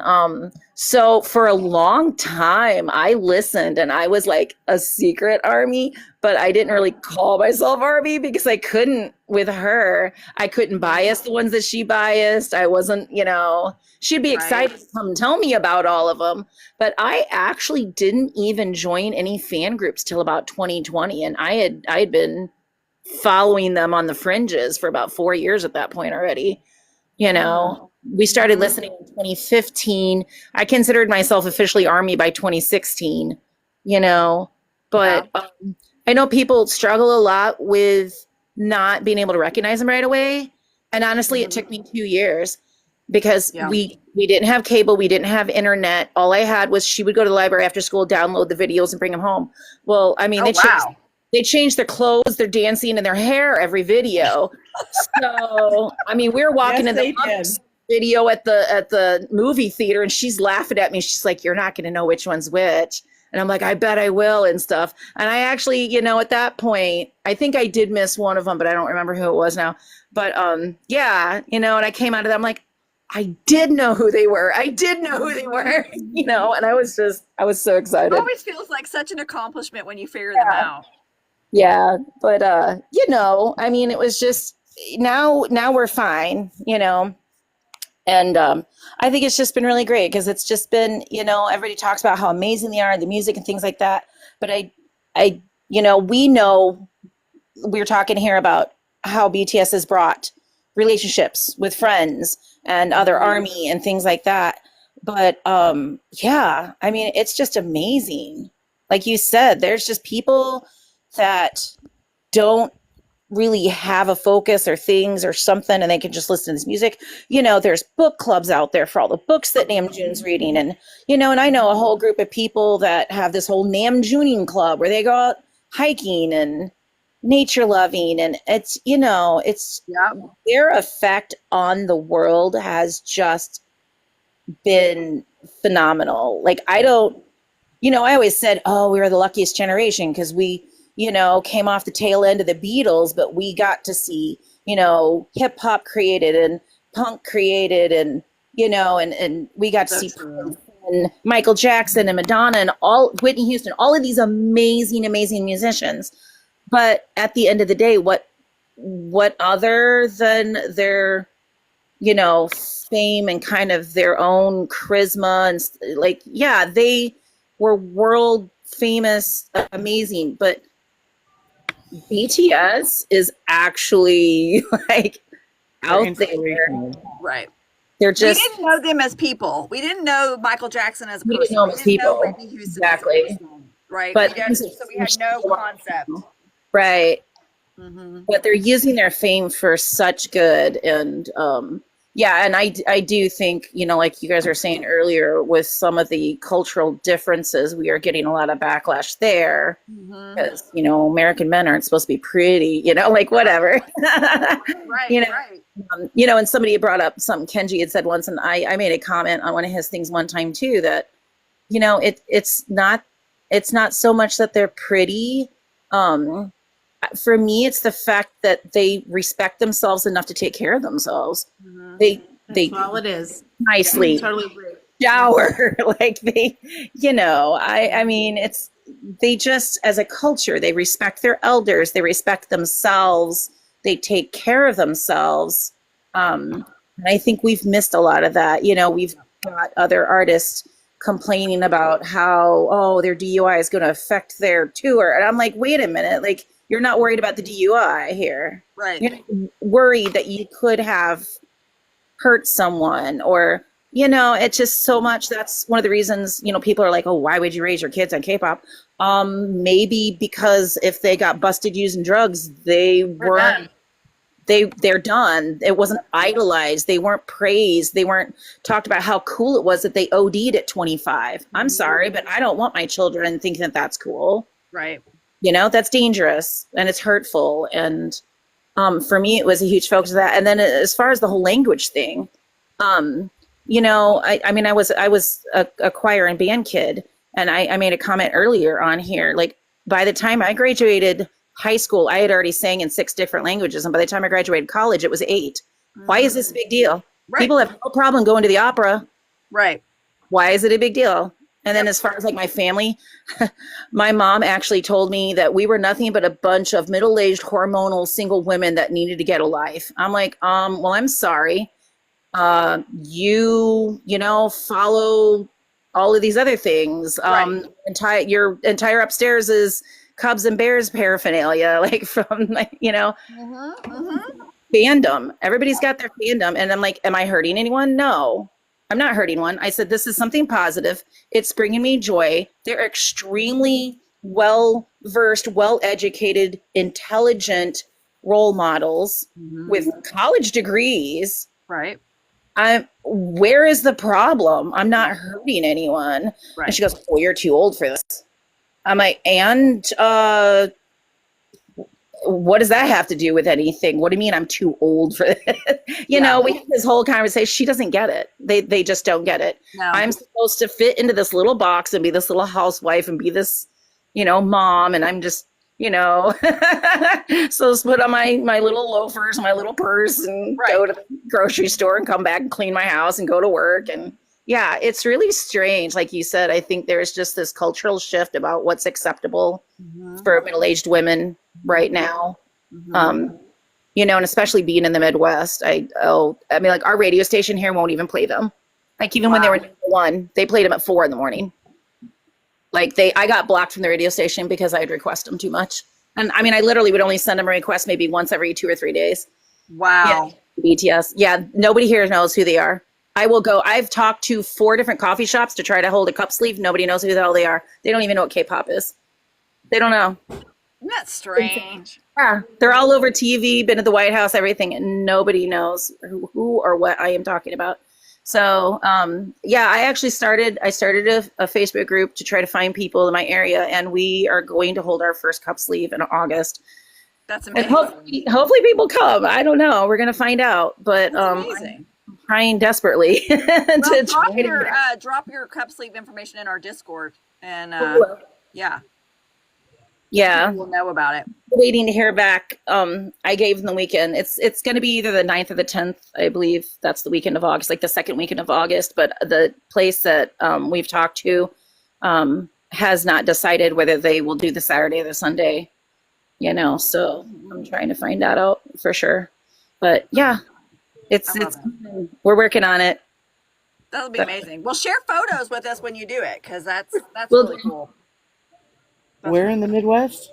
I'm in the Quad Cities. Okay. It's actually 5 cities across the Mississippi River. 2 are in Iowa and 3 are on the Illinois side. Okay. Okay, I'm like an hour and 20 minutes from Cedar Rapids, so Sarah will know where it's at. Okay, I'm in Nebraska, so I'm not too far off. Not too far off. Yeah, I actually used to live in Lincoln at one point. So you're probably about 8 hours, depending on where you live. I'm trying to think. What is our group? I'm looking at our Discord. We've got a Midwest local hangout in Discord. You can put your stuff in there. Maybe some people, you know, from that area. We'll see it. Yeah, and I had the Discord at one point, and then I just went and tried to pull it up and couldn't find it. So I don't know what happened. I have like 6 or 7 Discords. Yeah. Maybe I gotta scroll through and find it. It's growing every day, but if you can't find it, there's a link on the website. It'll take you to it. Sounds good. Anyone can join the Discord. I see that question. Hey, Katie. Anybody can. Well, as long as you're 18 and above, we don't allow anybody. It gets a little spicy in there, so you know. we do enjoy our spicy. We do enjoy it. So. All right, I'm gonna let you go. Thanks. Thank you. Thank you. We'll do one more. I think somebody else. Okay, Miss Harfy. I'm not good at. Yeah. You there? Yeah, hi. Can you hear me? Yes, I can. That's cool. I've never done this before, so you'll just have to bear my newness. I love it. I just wanted, I'm calling actually from Australia. Wow. And I'm sick, so bear with my voice. But I just wanted to thank you guys because I have liked BTS for, 3-4 years. And I am 54. And the biggest thing that I get is the fact that you like guys that are your son's age. And I'm like, it's not about that. It's about the music and it's about what they say. And I have got Korean friends who are just like, but how can you like the music if you don't know what it says? And I think for a lot of reasons, you know, I end up feeling a bit weird because I enjoy their intellect. I enjoy their humor. I enjoy their ethics. I enjoy their mindset. And it's just really lovely just to realize that I'm not on my own. So I just wanted to just look on and just say, thank you. You guys are just wonderful. And I really appreciate it.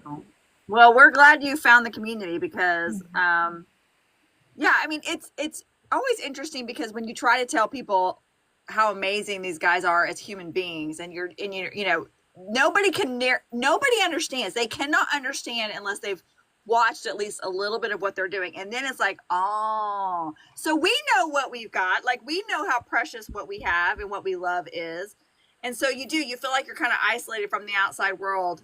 And in a way, it's wonderful because it helps us get tickets in a couple of years that we don't want too many people to know.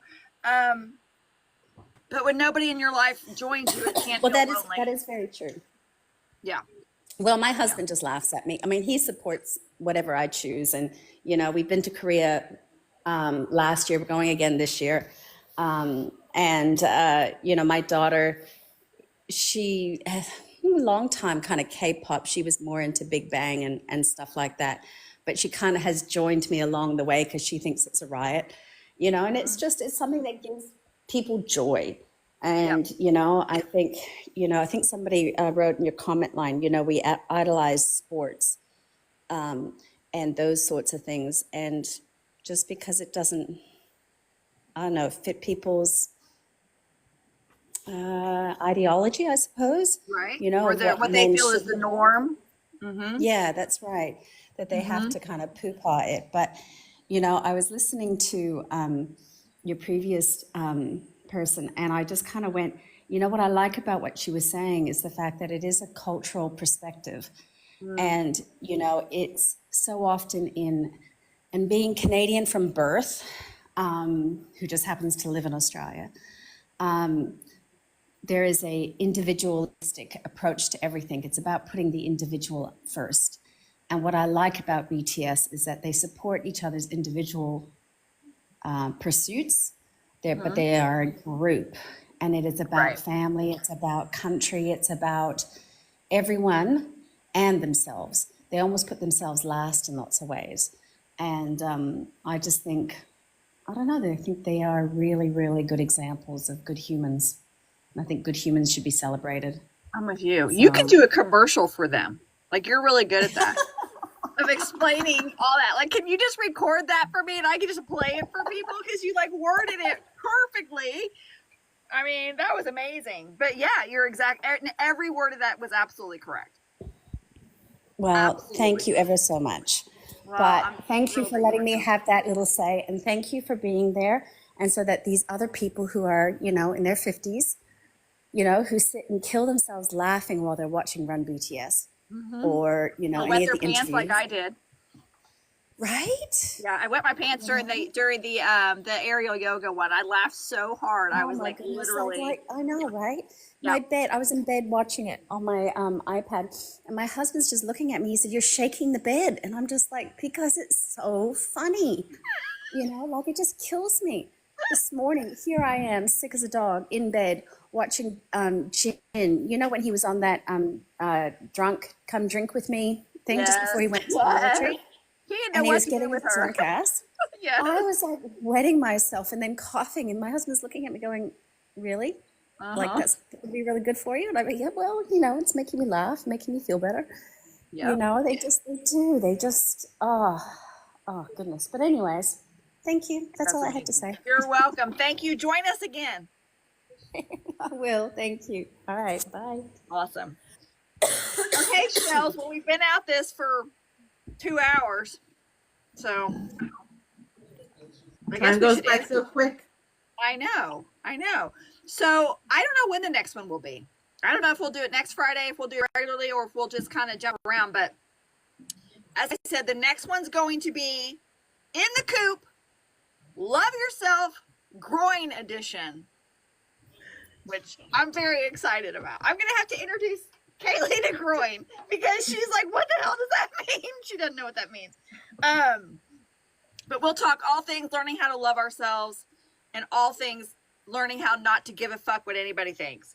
And it'll be a great time, so be on the lookout for that. And if you are not already part of Army Project 529, go to the website, check it out, join us. We have an amazing time. Like last night, there were 60 of us that got together at midnight and watched Jimin's music video. It was so much fun. You don't do anything alone if you are a part of the project. It's free. We just hang out together and have a great time and support each other. And I love you guys. Thank you guys for showing up. I told Shels, I was like, there might be like 5 people. I don't know if anybody will show up for this, but you guys came, you gave great insight, great questions, great comments. I tried to keep up, but it's kind of difficult.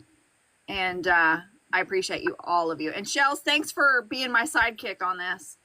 Absolutely. Wouldn't want to be anywhere else. Wait, what? I saw a question. Steph, are you advertising this on Discord? I didn't as much. I will start doing that. I will. Yeah, sorry. Like I said, I didn't know if anybody was really actually interested in it. So I was like, I'll just do it once and see.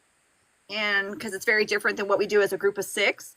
I just wanted like a chance to have like long form conversation. And then of course, when the 6 of us to get together, all hell breaks loose and it's fabulous. So that's a whole different vibe. If you've never watched us on a live as a group of 6, the admin team, be here Sunday night, 7 p.m. Central, 8 p.m. Eastern. This account, it's a blast. And we'll be talking all things Jimin and V and whatever else happens between now and then, which it could be anything. So all right, everybody. Have a great weekend. Thank you, everyone. Shels. And we'll see you Sunday night. Thank you, Steph. Thank you, Shels. Yes, Chad. Thank Love you. you guys. Thank you.